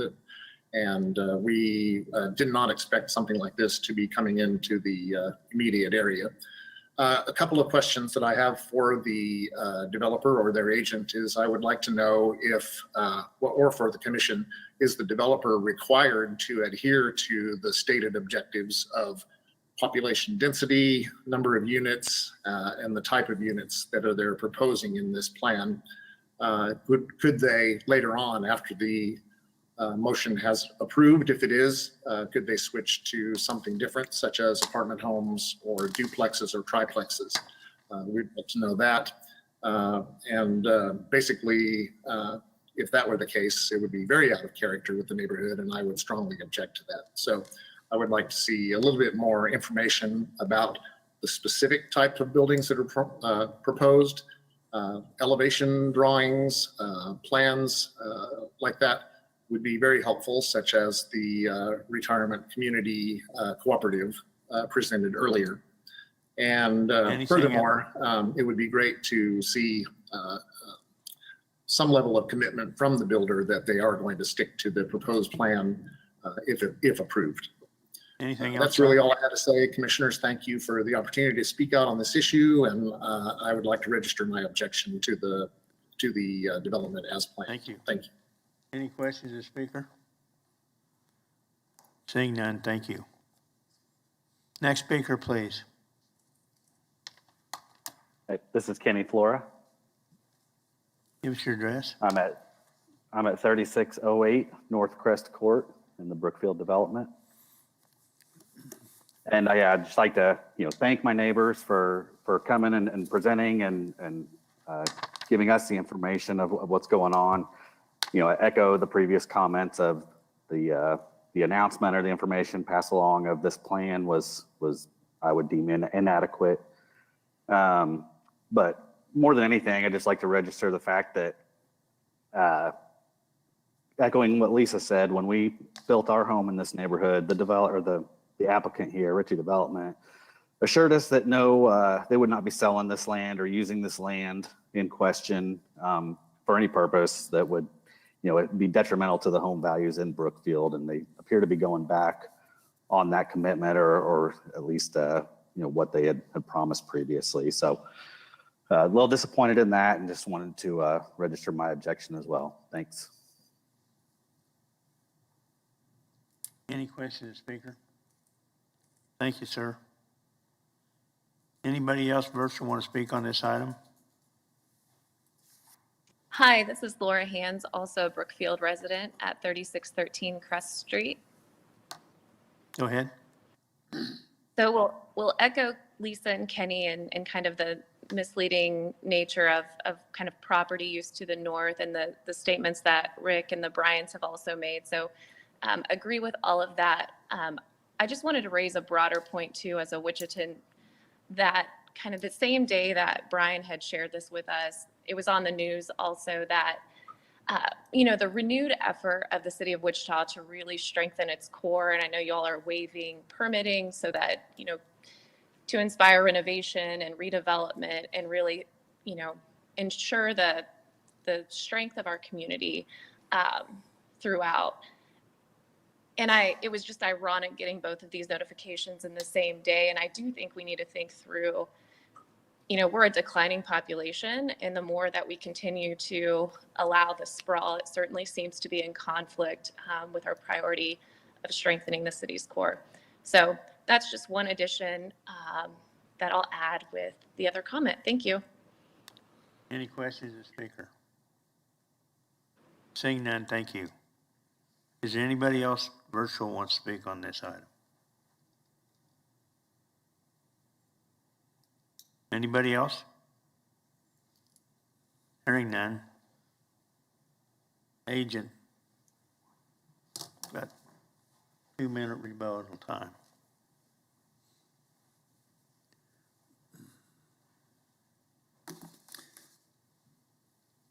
I'm not sure how to respond to some of these, so I'll give it my best effort and see how we do here. So this is an appropriate use of a PUD. Like I mentioned earlier, I could have downzoned this to MF18 to achieve this goal. We were willing to put some additional restrictions on this so that planning commissioners and adjacent landowners know what we're committing to and what we're willing to do to make sure that it's not a normal apartment complex. This property is going to be developed by the Ritchie Development. They are the developers of it.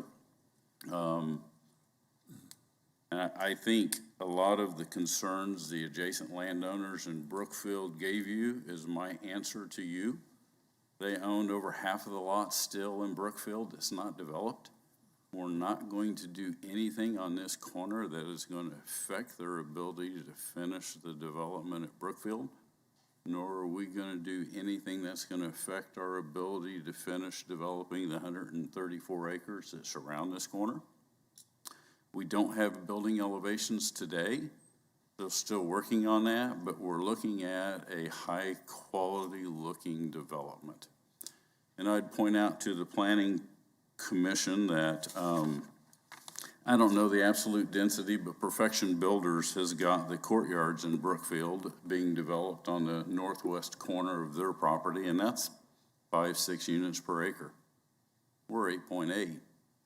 I don't hear people complaining about the quality of the courtyards at Brookfield that's being built there.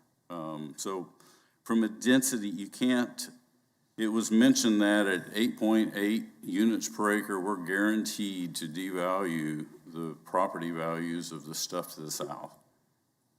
I don't know that I buy that. There's no proof that multifamily causes devaluation of single family, and we can take Mr. Myers, your time's up. Do you need some additional time? Yeah, I'm gonna take 2 more minutes. Okay, granted. I was brief in the beginning, so I could grab that there. There's no proof that multifamily has a negative effect on property values. And there are places all over town where multifamily is existing next to single family, and it should be allowed. There's a comment about sprawl. I mean, you need to look at this area as future growth of the city of Wichita. Greenwich Road is going to be a 5-lane facility someday. Yes, there will be a traffic signal at 29th and Greenwich and 37th and Greenwich when they're warranted. 37th Street's going to be at least a 2-lane. I'm going to tell you a 3-lane facility or more. And it's hard to visualize that when you drive up and down the road today, but this is where the city of Wichita is growing to. And 20 years from now, that whole corridor is going to look completely different. So I do know that Ritchie will be the developer of this. They have been working, they work with the school district, so they've told the school district their plans for the whole quarter section just to let them know, because that's how they try to operate. I'll take you back to start at Lake Point and go through the Ritchie developments. They're quality developments that stand true for 20 years, and that's where they're going with this one. So with that, I'll answer any questions you may have. Yeah, thank you for your comments. One of the speakers was concerned about the water, the drainage. Yeah, I missed that one. I just saw that when I was standing there. I wrote that one down. If you could elaborate just a little bit on that. We know what happens with drainage when it comes to situations like this. Yeah. But if you could. And absolutely, I know exactly what he's talking about with the culverts and going through Brookfield and the floodplain that was through there and the amount of drainage that goes through there. If you looked at the concept plan we gave you, that Reserve A is our drainage detention facility so that we meet the requirements of the city of Wichita on drainage. And we will detain our water in that Reserve A before we release it and send it downstream. So that is how we meet. The city has a stormwater manual for not only detention requirements, but stormwater quality. And we have that accounted for in this development. And through the plating process, we'll go through all the recommendations or the requirements to show the city we've met that. And that'll be handled at plating time. That's handled during the plating, yes. Yep. And it's called out in our PUD too, that we will meet those requirements. Thank you. Any other questions? Mr. McKay? I have a statement to make. Talking about floodwater, if you'll look, subdivision to the south, it's got a lot more drainage problems than this piece of ground has altogether. If you look to the east of the area where these folks are building their houses or live, and where they're going through, look up on page 11. Show you the light blue deal, that's the drainage areas of project, and the one we're looking at, it doesn't have hardly any to speak of compared to what's there already, so that may be a good point. Any other questions? Ms. Williams-Bay. Yeah, I'm reading staff comments here, and it says that there will be architectural control for these additional units that are going to be built. Is that correct? Yes, we wrote into the PUD that we had to have a residential character to the architecture just to make sure that it fit. And so there is some architectural requirements written into the PUD. Anybody else? Mr. Blick? Just want to verify, a resident was asking, it looks like your street that you're proposing is going to be on the east side, and it doesn't look like it'll make a through Bristol, correct? So it won't go into their neighborhood from that street, it looks like? Correct. We don't have any intentions of lining up with Bristol Street. We have the appropriate separation required by engineering to not align those. And so I don't think any of our traffic's going to be wandering through Brookfield to get to Greenwich. They're going to take the path of least resistance, which is 37th. Any other questions? Thank you. Well, and of course, all of that's going to be contingent upon the planning process when you go through that, Yes. exactly how this is all going to lay We out. still have to meet subdivision regulations, which Sure. is step 2. Any other questions? No, your time's done. Your time's done. Hey. Your time is up. We respected you when you talked. We expect you to respect us when we bring it back to the board.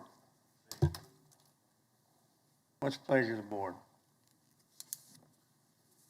I move approval per staff comments. I'll second. Motion to approve by Mr. Dool, second by Mr. Hartman. Do we want to add comments about allowing landscaping to create this separation? Is that What? previous? Never mind. Yeah. The Citizens Advisory Board added a stipulation that the screening can be accomplished by landscaping as well. It's not requiring landscaping to do it, but they just want to give them the option. That was part of the recommendation from the Citizens Advisory Board. Should that be included in the motion? If that is the will of your board. And I'm glad that you brought, go ahead and finish your thought, Ms. Fox. Well, I would include that in my motion, that natural screening would be an option. And by natural screening, could that also include berms as opposed to walls or fences? That is correct. If they were to use landscaping to meet the screening standard, it would likely be landscape berms because it has to produce a solid effect, just like a wall or a fence would. Okay. Thanks for bringing that back up. Anything else? Pardon me just a second. The clarification is for us is that this came from the DAB. They approved it, they came from the DAB, so I think that probably should be, and the applicant has agreed to do so, so I think that in their motion should probably say, we approve subject to staff comments and the recommendation from DAB. Quick clarification, that's the CAB, correct? It was, so it's in the county, so it wasn't District Advisory Board, it's Citizens. Or Advisory Board. whatever group it was, yeah. County advisory. I just said DAB but I think that should be part of the motion. And I think Mr. Dool did include that. Any other discussion? Any other discussion? All in favor of the motion, say aye. Aye. Anybody opposed? Thank you. Next item is 4.8, zoning 2022-00038.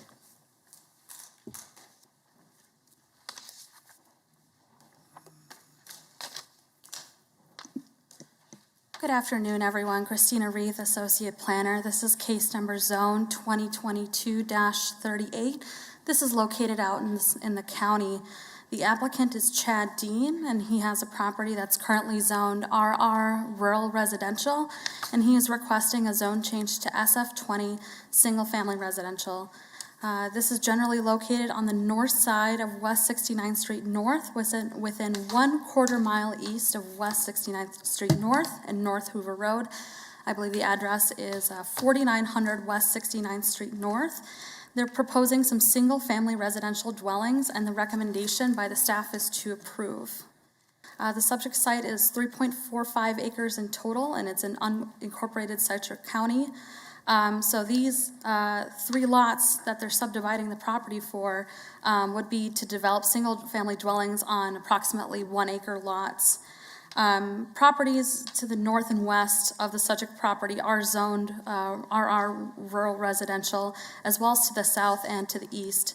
However, there are single-family residential zoning, SF20, approximately 1/2 mile to the east, and there are 1-acre lots on the northeast corner of West 69th Street North and North Hoover Road. So it's not out of character to have single-family residential dwellings of 1-acre lots here. So the property is currently unplatted, but it will be subdivided via a lot split in accordance with sub 2022-38. The requested zoning is in conformance with the community investments plan. The map identifies the area to be within the rural growth area, and single-family detached homes on larger lots are thus appropriate for this area. The land is currently used for a single-family residential dwelling. The one that's on site was constructed in 1952, so the use of the property will remain about the same. Based upon the information available at the time the staff report was completed, staff recommends approval of the zone change request. I have been in conversation with one concerned gentleman. He didn't say whether he was in favor or opposed to the development necessarily, but we have been in conversation. And it doesn't go to the county advisory board, I believe, until September 12th, so there's no ruling on that yet. And with that, I will stand for questions. Any questions? Staff? Yes, not, thank you. Applicant or agent?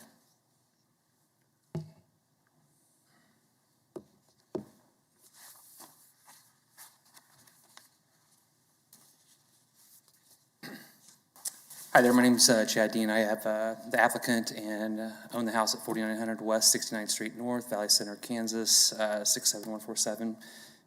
Just trying to get this changed to SF20. If you guys have any questions. Any agreement with staff comments? Okay, yeah. Just ask for you guys to approve it. Thanks. Any questions of the applicant?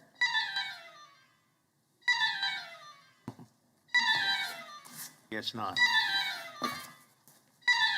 Anybody else here in the commission chamber to speak on this item?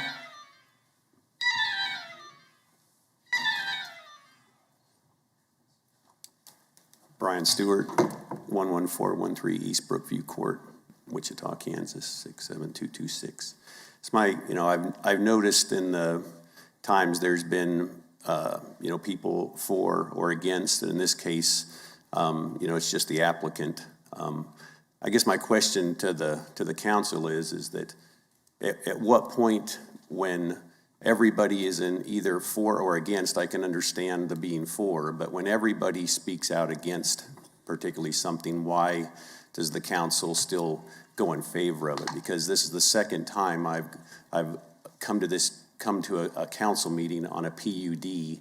The other case, 13 people objected. Today, 8 or 9 on a different one, and yet you still voted in favor. So I guess I'm just curious how when all citizens seem to be objecting to something. I guess I hope you understand there's a procedure we follow. And every one of us has got no interest in any of this. We basically look at a case-by-case basis and we vote accordingly. Do we always agree? No. Right. But we heard your case and it was voted on. I understand. Okay, thank you. Thank you. So I'm in favor of this gentleman's application. Anybody else in the commission chamber want to speak on this item?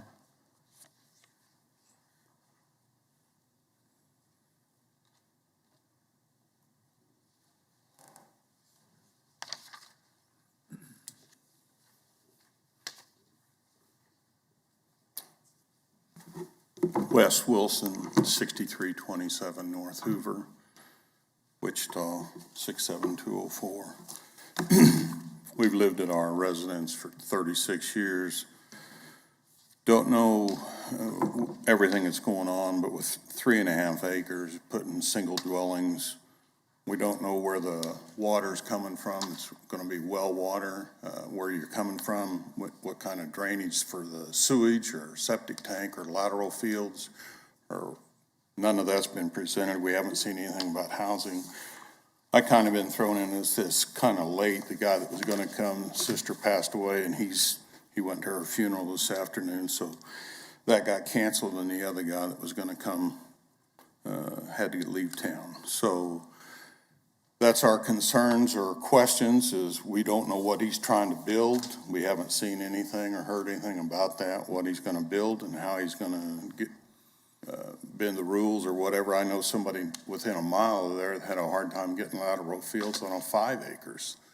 So we don't know where the sewage is gonna go and how that's gonna be treated. Haven't seen anything about it. I didn't have any information until we picked this up today. He's been on the phone, not lacking getting phone calls returned to get any information, so we're kind of shooting in the dark at this right now. So that's why I'm here. As far as the septic and water and the drainage and all that, that will be addressed other than this meeting. It'll have to be approved in order to get a permit to build anything. Is that correct, Scott? Yes, that's correct. Right now, it's really talking about the land use and the density, so how many units could be on the property or what can the property be used for? And that's the zoning process.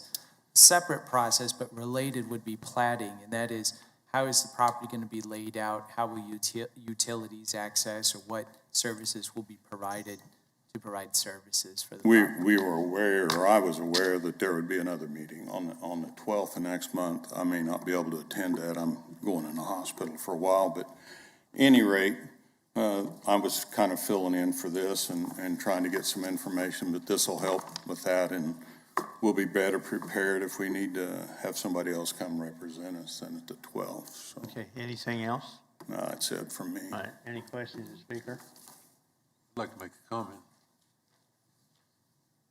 Scott, they have to, as far as a septic tank or lateral field or the lagoon or anything else like that, that's got to be set up by the state, does it not? Or approved by the state? There are the standards for that. Right, that's what I meant, the standards. And they're going to have to meet those standards. Yes. And, so in order to get their permits, they're going to have to be able to meet those standards. They've taken that into account with how they've proposed to lay out that property through the platting process.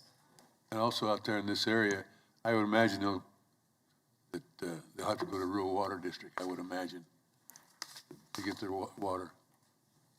There's nobody that I know of anywhere near me that's on rural water. It's all well water. Well, then if they they can get the water, then no different than your place. Yeah. Well, I think, isn't there a limit on how many wells you can have on a certain amount of land? Again, there's codes on all of that that we don't. There's rules and regulations on that. Yeah. Okay. He's got some work to do before he builds something. Yep. Thank you. Thanks. Anybody else want to speak on this item? Anybody else? Is there anybody virtual want to speak on this item? He's the applicant. That's a landowner. Anybody virtual want to speak on this item? Seeing none, you got 2 minutes of rebuttal. Okay. Yeah, I just want to say that Tim Wagner with Sedgwick County Health Department came out and did a sample soil test system, and it passed. Sent us a letter in, and we're just in the process of passing that, but it did go through. And I want to say he lives about 2 miles away, and everybody's on septic and water, well water, I should say. So just want to give that to you. Yeah. Okay, thank you. Bring it back to commission. What's the pleasure of the board? I move for approval. We got a motion by Mr. Hartman, Second. second by Ms. Fox. Any discussion? All in favor, say aye. Aye. Anybody opposed? We're not adjourned. Now we got Mary. Chris will be unhappy. And I thought we took this on a consent item. I didn't think we was gonna hear it.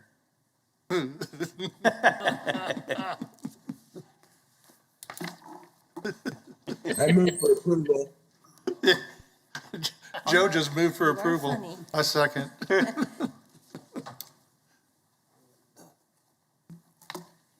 All right.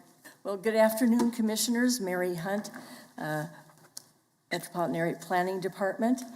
Today we bring you the City of Wichita Capital Improvements Program for the 10-year period of 2023 through 2032. As you know, the state requires the CIP to be presented to you and asking you if it conforms with the comprehensive plan, what we call the Community Investments Plan. Okay. The Advanced Plans Committee heard this earlier this month and agreed to bring it forth to this full planning commission. So staff has reviewed the CIP, and in our opinion, it's consistent with the visions, the values, the principles of this plan. The memo you have provides, lists the priorities we use to conduct our evaluation. So staff concludes that the CIP is in conformance. However, conformity could be increased by allocating a little more funding to the maintenance of infrastructure, especially in the ECA. Mr. Manning, our finance director, will share with you the things they take into account when preparing the CIP, of which the comprehensive plan is just one. If you have any questions for me, I'll take them now. Otherwise, I'll turn the podium over to Mr. Manning, and you can hear his presentation. Anyone? Thank you, Mary. Any other questions for Mary before we pass the podium? Thanks. Thank you. Thanks for joining us, Mr. Mann. See, like any other agent or applicant, he has 10 minutes. Yes, and I'm the timer. I'm going to need more time. I will try to be very brief. Thank you for having me this afternoon. I presented to your advanced plans, Zach presented to your advanced plans subcommittee, so a lot of this will be a refresher for a lot of you. So I will try not to go through it in too much detail. Again, I'm Mark Manning with the Department of Finance. I want to present to you our CIP.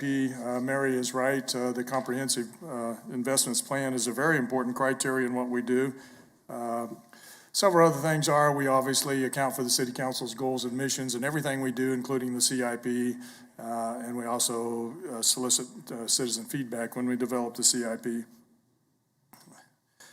Just a brief overview of where the money comes from for the CIP. The CIP is about $2.4 billion, billion with a B, a lot of money. That's over 10 years. A lot of it is water and sewer utility revenue. We're, of course, going to use that to replace our pipes and to build new sewer treatment plant, a new water treatment plant. But that's a very large portion of our CIP. But we also do have federal funds that come in. We have a lot of sales tax money that we collect from our sales tax that the county has that they share with us. And we also have a little bit of property tax revenue. That's actually a fairly small portion of our CIP, though.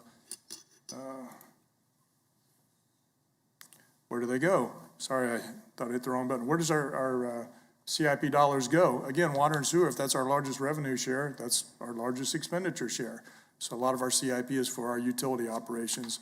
We're also going to spend a significant portion of it on streets. Some of that is in new development through special assessments. A lot of that is through sales tax in our existing areas.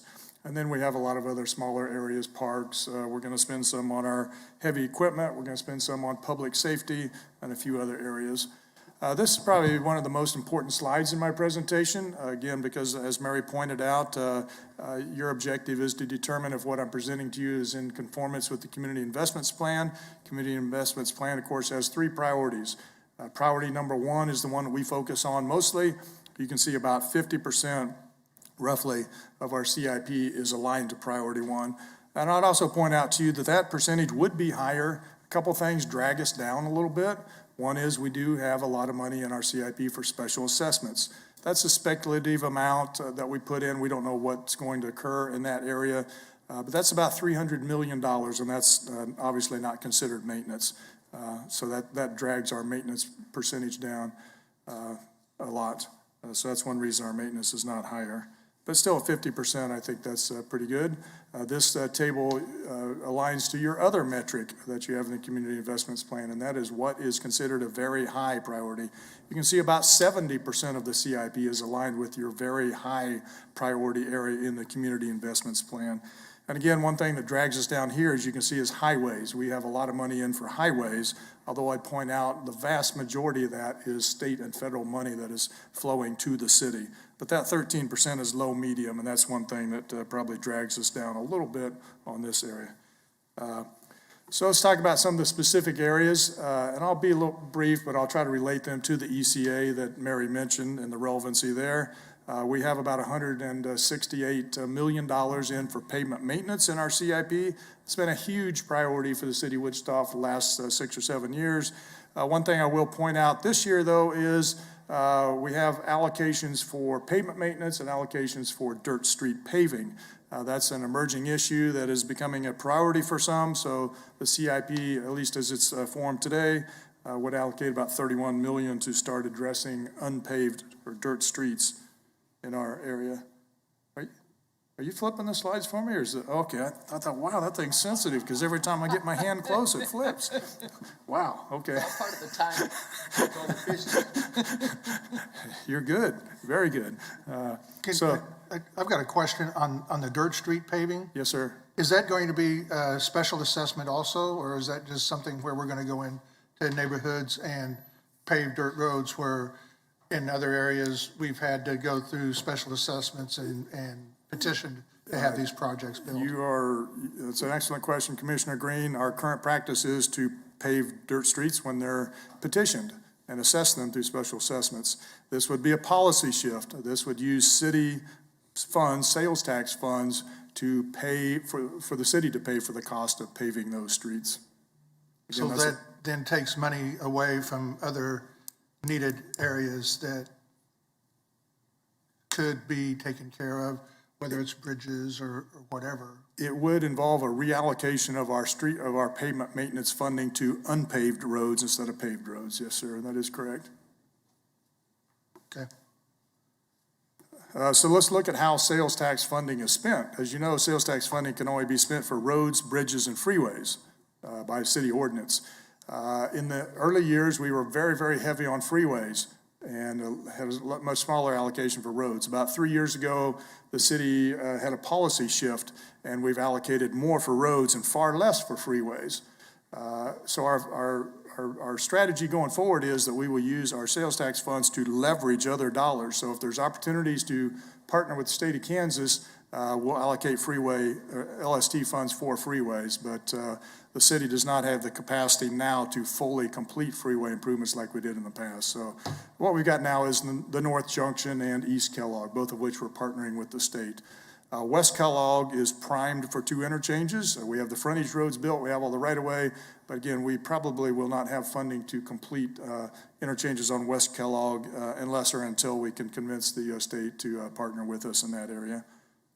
And I point out also the freeway component is, 7%, 8% of our total sales tax spending. So let's talk about keeping Wichita safe. That's one of our goal areas. We have about $150 million in this area, and that's police stations and fire stations. I'd point out, I think 3 of the police stations are in the ECU. 1 may not be. The one in West Wichita probably won't be. Fire stations, it's a pretty even split. We'll probably start building a little bit more out on the fringe as our city has grown. That's typically where we have challenges in coverage on the fire side. But having said that, a lot of our older ones are in the core area, the ECU, and we'll probably replace some of those as well. One big thing that, this is the same presentation I use for other audiences, and this is probably a more relevant slide for those other audiences, but we will have about $18 million to maintain our Century 2 Convention Center. Won't say a whole lot more. It's pretty obvious what the challenges there are, but we'll spend $18 million for Century 2. This slide may look familiar because I think we had the exact same slide in last year, but just to reiterate, we do have $36 million to try to address some of the challenges over on Bleckley Street over in East Wichita. That's developing what the solution is, I think, has been a problem for Public Works, but there is capacity to begin addressing that challenge. Okay. We have a lot of money in the CIP for parks. Again, a lot of those are in the ECU. Some are not. LW Clapp obviously is. We've got about $10 million for that. We have money in for Plainview Park. We have some dog park money. We'll also renovate some of our branch libraries, most of which are in the ECU as well. And I forgot to point one other thing out on streets. Your staff pointed out correctly that a lot of our street funding is outside the ECU, and how maybe we could be in better conformance if we had less street funding outside the ECU. Again, I don't dispute that assertion because it's true, but I will point out one thing, and that is typically in our CIP, in the early years, most of our street money is tilted towards the ECU. It's typically funding in the out years that is tilted away from the ECU. For example, in the early years, we have the West Street corridor, which is part of which is outside the ECU, but that's a long corridor. But we also have a lot of money in for Douglas. We've got a lot of money in for downtown streets and money in up at North between the Canal Route and Broadway on 21st Street. So again, the tilt towards the ECU is a little bit more pronounced in the out years than it is in the earlier years. Here's our calendar. We're very close to the end of our process. In fact, next Tuesday, we'll ask the City Council to adopt the CIP, hopefully with your agreement that it is in conformance with the Comprehensive Investments Plan. But we have had a long process. Again, the point of this slide is that we're at the end of the process. I'd point out that our CIP is available online with that little QR code right there. You can find it right now if you have a phone out. Or you can visit us at wichita.gov anytime, where it's also available at our branch libraries. And with that, again, appreciate the assistance of your staff in the development of the CIP, because they do play a role, and I'd be happy to answer any additional questions. Any questions? Yeah, I have a question. This spring and summer, we had a lot of high water in the Little Arkansas, and it has done a lot of damage to the Manissa Bridge. Not only that, but there's been deferred maintenance on it, and it has so many gaps in between the bricks and the tops of the columns that I'm afraid if it goes through the winter, it's going to get ruined with the freeze and thaw. But even the approach on the east end is cracked and crumbling. But I think it's settled quite a bit. And it's a historic bridge that we spent, I don't know, $3.2 million on in 2007. And then we upgraded that whole area with a walkway, a biking path. 1.7 million on the school to match the architecture, the bridge and the school. It just seems like we have a lot invested, but nothing's being put back into our historic bridges. They also pile up with those big wood dams that put a lot of pressure on bridges, on the pylons, and we clear it from the bridge at the castle all the way through to Murdoch. We clear all that from those bridges, but we do nothing for the historic Bidding Bridge or the historic Manissa Bridge. I was just wondering, where does bridge maintenance for historic property fit into all this? Where would it come from if we started spending money on it? Yeah, I'll answer your question this way. We do have every year $1 million that we allocate in the capital improvement program for structural issues on bridges such as that. And Public Works, I think, is very good about inspecting all of our bridges periodically and addressing any challenges. So I'm going to guess they're probably well aware of some of the issues that you've noted, and I would hope that didn't be prioritized with that $1 million. Another thing I'd point out to you, which you didn't mention, but I'm sure you're aware of this too, the sculptures on the top of the bridge, my understanding is there's a little bit of deterioration in some of those, and you didn't ask this question, but I'll answer it anyway for you. We do have funding in the operating budget for maintaining our public art, so it would not surprise me if we'll spend a little bit of that and try to fix some of those, they're not sculptures, but the things on there. I'm not that's important to know, because I didn't know that the art budget was for anything but new art at new developments. Yeah, excellent question. Thank you. Hopefully I answered it correctly for you. Yep, thank you. How many miles of unpaved roads do we have in the city of Wichita? My understanding is we have about 167 lane miles. That's, of course, different than miles, but we have 167 lane miles. And then how much would it cost the city to pay all of that off? I don't remember that, although I do have a report that may be online, but I can tell you with $31 million, we expect that we can pave about 40 lane miles. So I guess if you want to extrapolate that, then 4 times 30 would be 120 million. So I'm not an engineer, but that would be my guess if I had to guess. But I've actually got a report I'll try to flip to you. And to give some perspective, the $300 million that's set aside for special assessment money, which is primarily the new developments on the fringe. Yes, ma'am. The amount being reserved to pave the interior miles. Could you characterize the income levels of the neighborhoods where those dirt streets are located for us? Generally, very poor. If you look at the census tracts, most of those dirt streets are in poor areas, and in fact, 0 to 50% below area median income, likely? I would guess that's very likely. In fact, part of our strategy will be to focus on those areas first. And the likelihood of those areas being able to pay the special assessments? I'd answer it this way. I'd say their interest in petitioning for us to assess them is probably very low. Thank you. Any other questions? So in the county, when people go out and build these homes that we've seen earlier that are $500,000, $1 million, does the county pay for those roads that go out there? Yeah. Or is that specially assessed out there? I don't think the county is near as active in special assessments as the city is. I don't know exactly how they handle those. I can't answer your question very well. I think in some cases it's not uncommon for the roads to remain a dirt road until it's annexed into the city in a lot of cases, though. Any other questions? Hey, bring it back to commission. Do we? Mr. Chairman, I move that we take the recommended action that's on page 3 of our report. Second. By Mr. Green, second by Ms. Fox. Any discussion? All in favor, say aye. Aye. Aye. Anybody opposed? Thank you very much. Thank you. Okay, the other item on here, we was approached the other day, 3 weeks ago.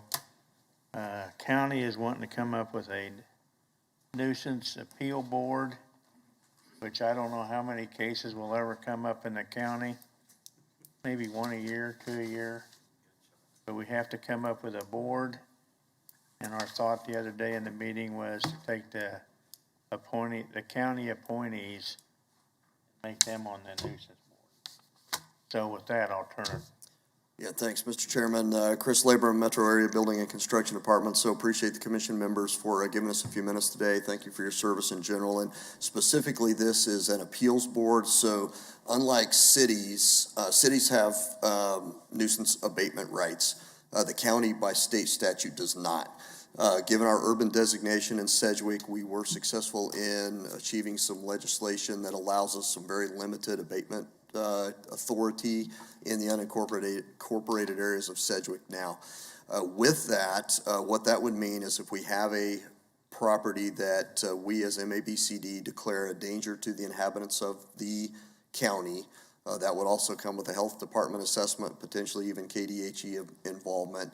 We would take that to the Board of County Commissioners. If they agree with that, they would make that same declaration, potentially give a timeline for cleanup, et cetera, to the owner, and that would also give them the potential to bring that back for consideration for self-help nuisance abatement through the county. And this would be a little bit of an interesting arrangement because generally appeals boards see things before they would ever reach a council or a commission. In this case, that individual, the property owner, would be able to appeal the Board of County Commissioners' decision to declare their property a danger. They would also be able to declare or appeal, for example, timelines, et cetera. So the nuisance abatement code that we have would give this board some authority to extend timelines granted by the commission, or to even overturn would not be the right word. We can defer to Kirk if we need more, but they could request that the commission revisit that ruling, et cetera, before that we proceed with any actions. So for this, we do expect that it would be very rare. Again, the criteria are very restrictive. So at most, I would consider that we would convene this board. At most, we would abate a nuisance, I should say, once or twice a year.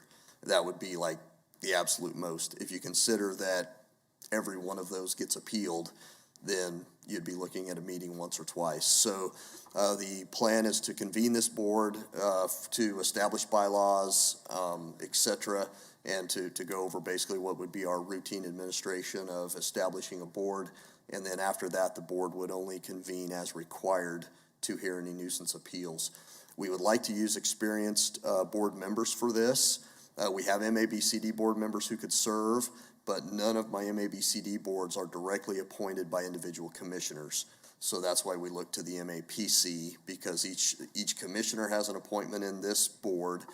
And so their thought was that we could potentially utilize, specifically, this would be both of the Johnsons, Bill and Joe, as well as Ms. Cunningham, Mr. Warren, and Mr. Blick, who would then be dual appointed to serve in that capacity. So the question to the commission today is if there is any comment, concern, opposition to that. If you all were to agree with this as a viable proposal, we would take it back to the commission to let them go forward with potentially appointing you. And the reason I bring that up is the two options we would have there is we would either separately appoint you to this board, and then going forward, each member appointed to the commission by a county commission district would also be asked to do the same dual service, or we may actually look at amending the abatement code to state that the MAPC members would always serve in that dual capacity. Mr. Deal? I'm an at-large appointee to the county, so I'm glad I'm not included in that. But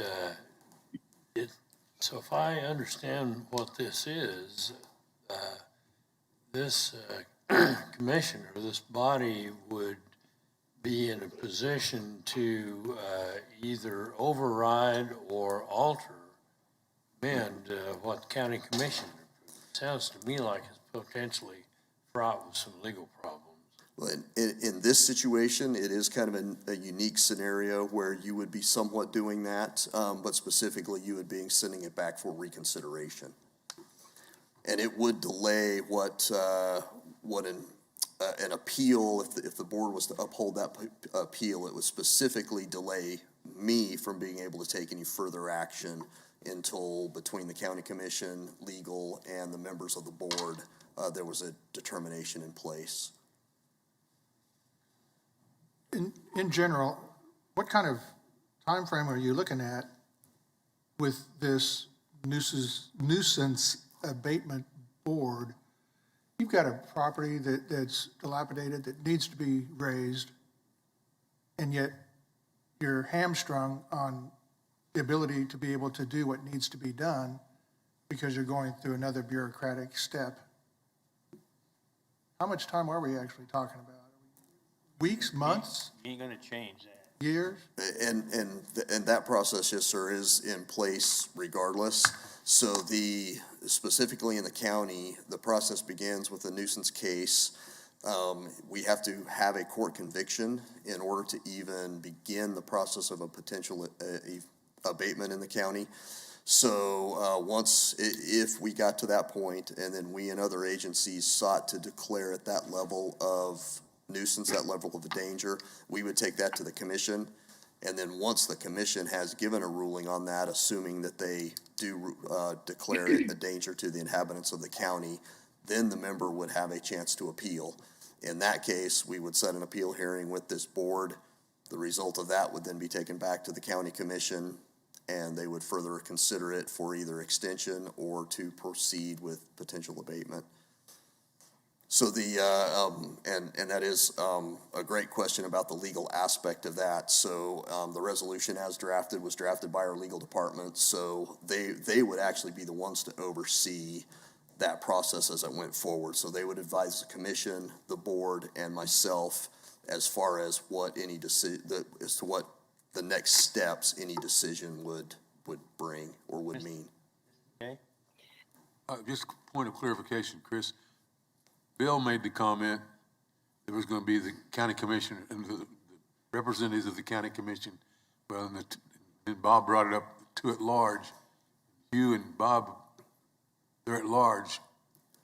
They have to be appointed by all four of the commissioners.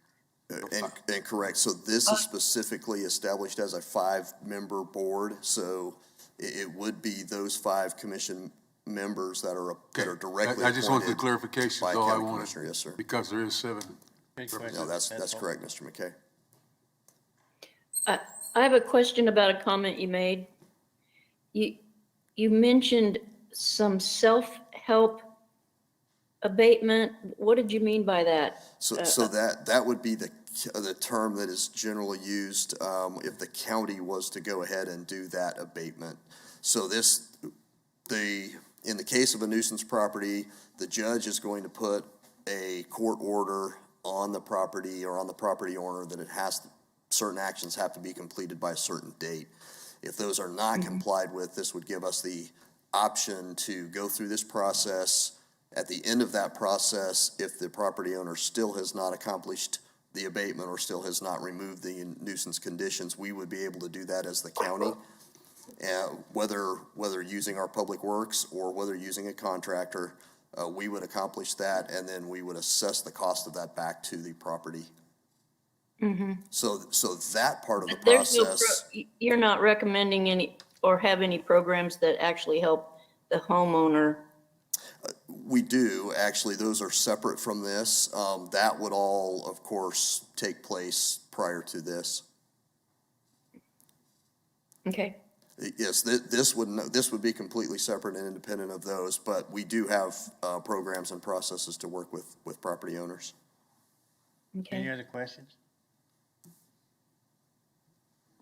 Step in real quick. Kirk Sponsel, Assistant County Counselor. I was referenced briefly by Chris Labram. I did just want to clarify one element in regards to the nature of the Nuisance Appeals Board. The determination would occur after the BOCC heard the situation. If the BOCC did decide it was a nuisance, then this Nuisance Appeal Board would hear it, and their determination would actually not be referred back to the BOCC. The determination would be considered final. So for those purposes, if the Nuisance Appeal Board did decide it was indeed a nuisance that did need to be addressed, the only way that could be appealed would be through the judicial means, so go to district court, things of that nature. But all right, thanks for that. Yeah. Thank you. Thank you. I'm still curious as to what you think will be accomplished. I mean, it sounds like just another punitive step. Let's say the county made a decision and we decided to give somebody 60 more days. Is that the sort of decision you're looking for flexibility in their decisions, or are you looking for a board that will fortify your ability to do abatements and levy fines, or? So, ma'am, this would be the appeals. Fortify the enforcement aspect. Well, this would be the appeals board. So any fines or anything associated with that would come through court. So we have an existing nuisance code. All cases, any nuisances are addressed through that code. We now also have an abatement code, which gives us, again, a very limited abatement authority. So this board-specific action, and I appreciate Kirk cleaning that up, because I was thinking that we would then readdress that to the BOCC, but that's right, it would have to go to judicial court. So if and when the BOCC declared a property a danger, then they would be telling me that we're going to go forward and require, and again, it depends on what the danger on the property is, but let's say it is a home that has had multiple fires, has got a lot of nuisance conditions on it, and they're saying that's a danger to the kids walking past it on the way to school. They're going to be saying, MAPCD, Director Labram, we want you to go ahead and clean that up by whatever means that's required. We always hope the property owner will go ahead and take care of that, but if they don't, they're going to have me do it. Now, at that point, that property owner would be able to bring that decision and present it to this appeals board to say, I think my property was incorrectly or unfairly determined to be a danger to the inhabitants of Sedgwick County. If that board upheld their appeal, then we would stop action to abate at that point and decide to either leave it as is or to, again, seek a court action to proceed. What do we need to do today with this? Yeah. I will defer to our legal counsel and to you, Mr. Chairman. So at this point, our goal is to see if any, especially if any of the commission members who would be affected would be in objection to serving in this capacity. Also, if there are further concerns of the other commissioners in doing that. So we did not specifically ask for a motion and a vote, but if you all would like to do that, I would consider that appropriate and helpful. But again, I'll defer to Mr. Wadle and to Kirk for that, as well as you all, if you feel you would like to do that at this point. Is there any opportunity for public discussion on this, or is this just limited to us? Because there are a couple sitting back there in the back of the room, and I don't know if they're wanting to speak to this. He's kind of nodding his head. And I don't know, that would be up to legal or whomever, or Scott maybe. What I would indicate is that it's not a formal public hearing. You would have the discretion to open it up for public comment if you'd like. And I will note, Mr. Green, that this is a county code. It is a county resolution at this point. So this process will occur, and we will appoint some level of a board. This is just our plan A for who we would like to have and how we would like to manage that board.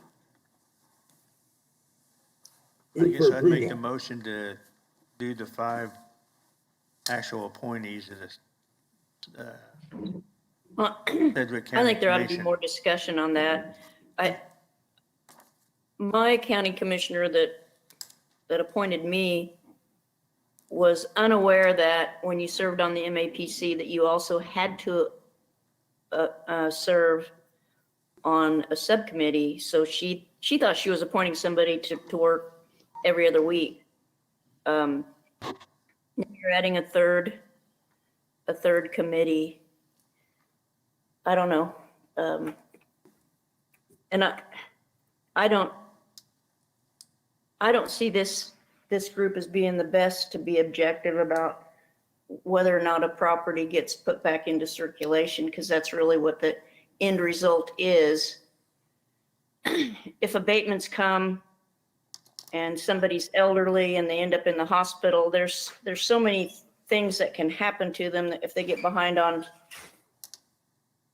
taxes and there's multiple abatements, they end up with no equity and they're forced to sell because. Ms. Cunningham, Yeah. I think what we're trying to accomplish today, whether we're going to appoint the 5 county Well, commissioners. I don't want to do it, so I'm sorry? I'm one of the ones that would be available, but I'm not available for a third committee. I don't have that much time. Mr. Blick? Blick's on. Who else was there? Joe, he's probably gone. I'm sure he would. Mr. Warren was the other. This is Joe. I made the motion to approve. What He said he left. He said, he'd make a motion to approve. Just tell him to say yes. So I guess what I would say on that, one of the at-large appointees could fill in, since Ms. Cunningham don't want to do it. Well, as a city representative, I'll second Joe's motion. Well, just a point of clarification. So now we've got a motion to approve, but so my assumption is that the motion to approve is to approve indication or take action that the MAPC would be indicating that they are in favor of serving and don't have major objections. However, we do know that there's at least one member of the MAPC who is a county appointee who has indicated that they would be unable to serve in that capacity, as has been indicated and requested by staff during the presentation. So as part of the dialogue that the MAPC is used to try and arrive at this action, is that the at-large members that have been appointed to the MAPC by the county would be able to serve as an alternate capacity for this board should the regularly appointed per district members were not able to serve in that capacity. That was my motion. Yes, thank you, Scott.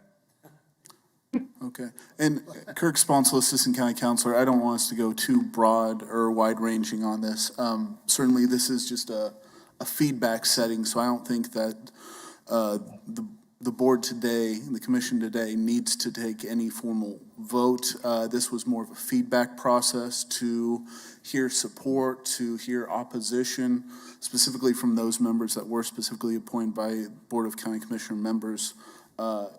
Am I incorrect in synopsizing that one of the members specifically appointed is opposed to the idea, but the other four are receptive to the idea? Am I incorrect in that statement? Okay. Yes. All right. Thank you. And I don't know that we need to go further at this juncture. Ultimately, it's the decision of the Board of the County Commissioners how they want to set this up. I don't know if they're even open to having an alternate serve. That's something that would be a discussion with them. I'm sure there'll be additional meetings and so forth to iron all this out, so. Right. And in those future meetings that the chairman has alluded to, will there be opportunity for public comment and public input?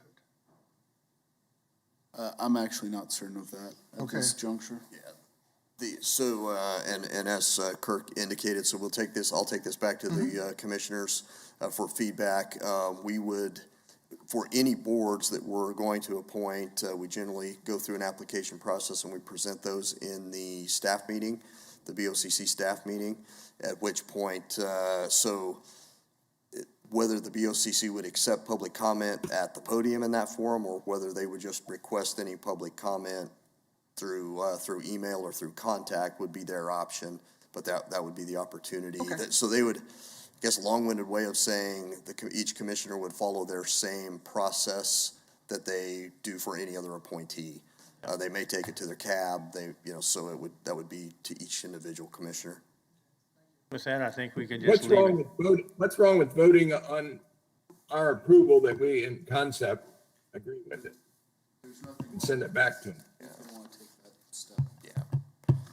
So you have the two options. You have a motion and it's been seconded. So you have the option of carrying through, calling the vote, or you can ask if the individuals who have made that motion would be willing to withdraw that motion. Well, I withdraw the second. So I think Since we don't need to take official action on this. They've heard our comments, so they can go from there. Thank you. All right, thank you, Mr. Chairman. Ms. Cunningham, would you like any further discussion after this with me on the topic? Well, not today. Right. You could call me. Okay, if that's okay, I'll contact you and just see what other questions you may have, anything else you'd like to have addressed. Thank you. Okay, thank you. Thank Scott, you got anything else? Thank you all. Well, yes, sir, I do. It won't be long. So today is the last meeting in August, and so I would propose a round of applause for you, sir, because you've carried out one term as the chairperson for the MAPC. So if you would. Well, that's what I was going to say. It's my last meeting. As chair, I want to thank all the commissioners with the support that they give me through this, as well as staff, including the attorneys. And I guess I'll apologize. I got a little heated with one of the speakers today. But You did a great job. No, I think you handled it appropriately.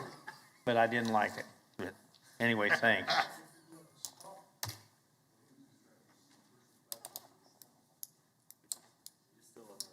And thank you, sir, for your service, and would also like to make all the rest of you aware, though, that this means that at the first meeting in September, as is in your bylaws, there will need to be an election for a new chairperson. We're adjourned. Vice chair.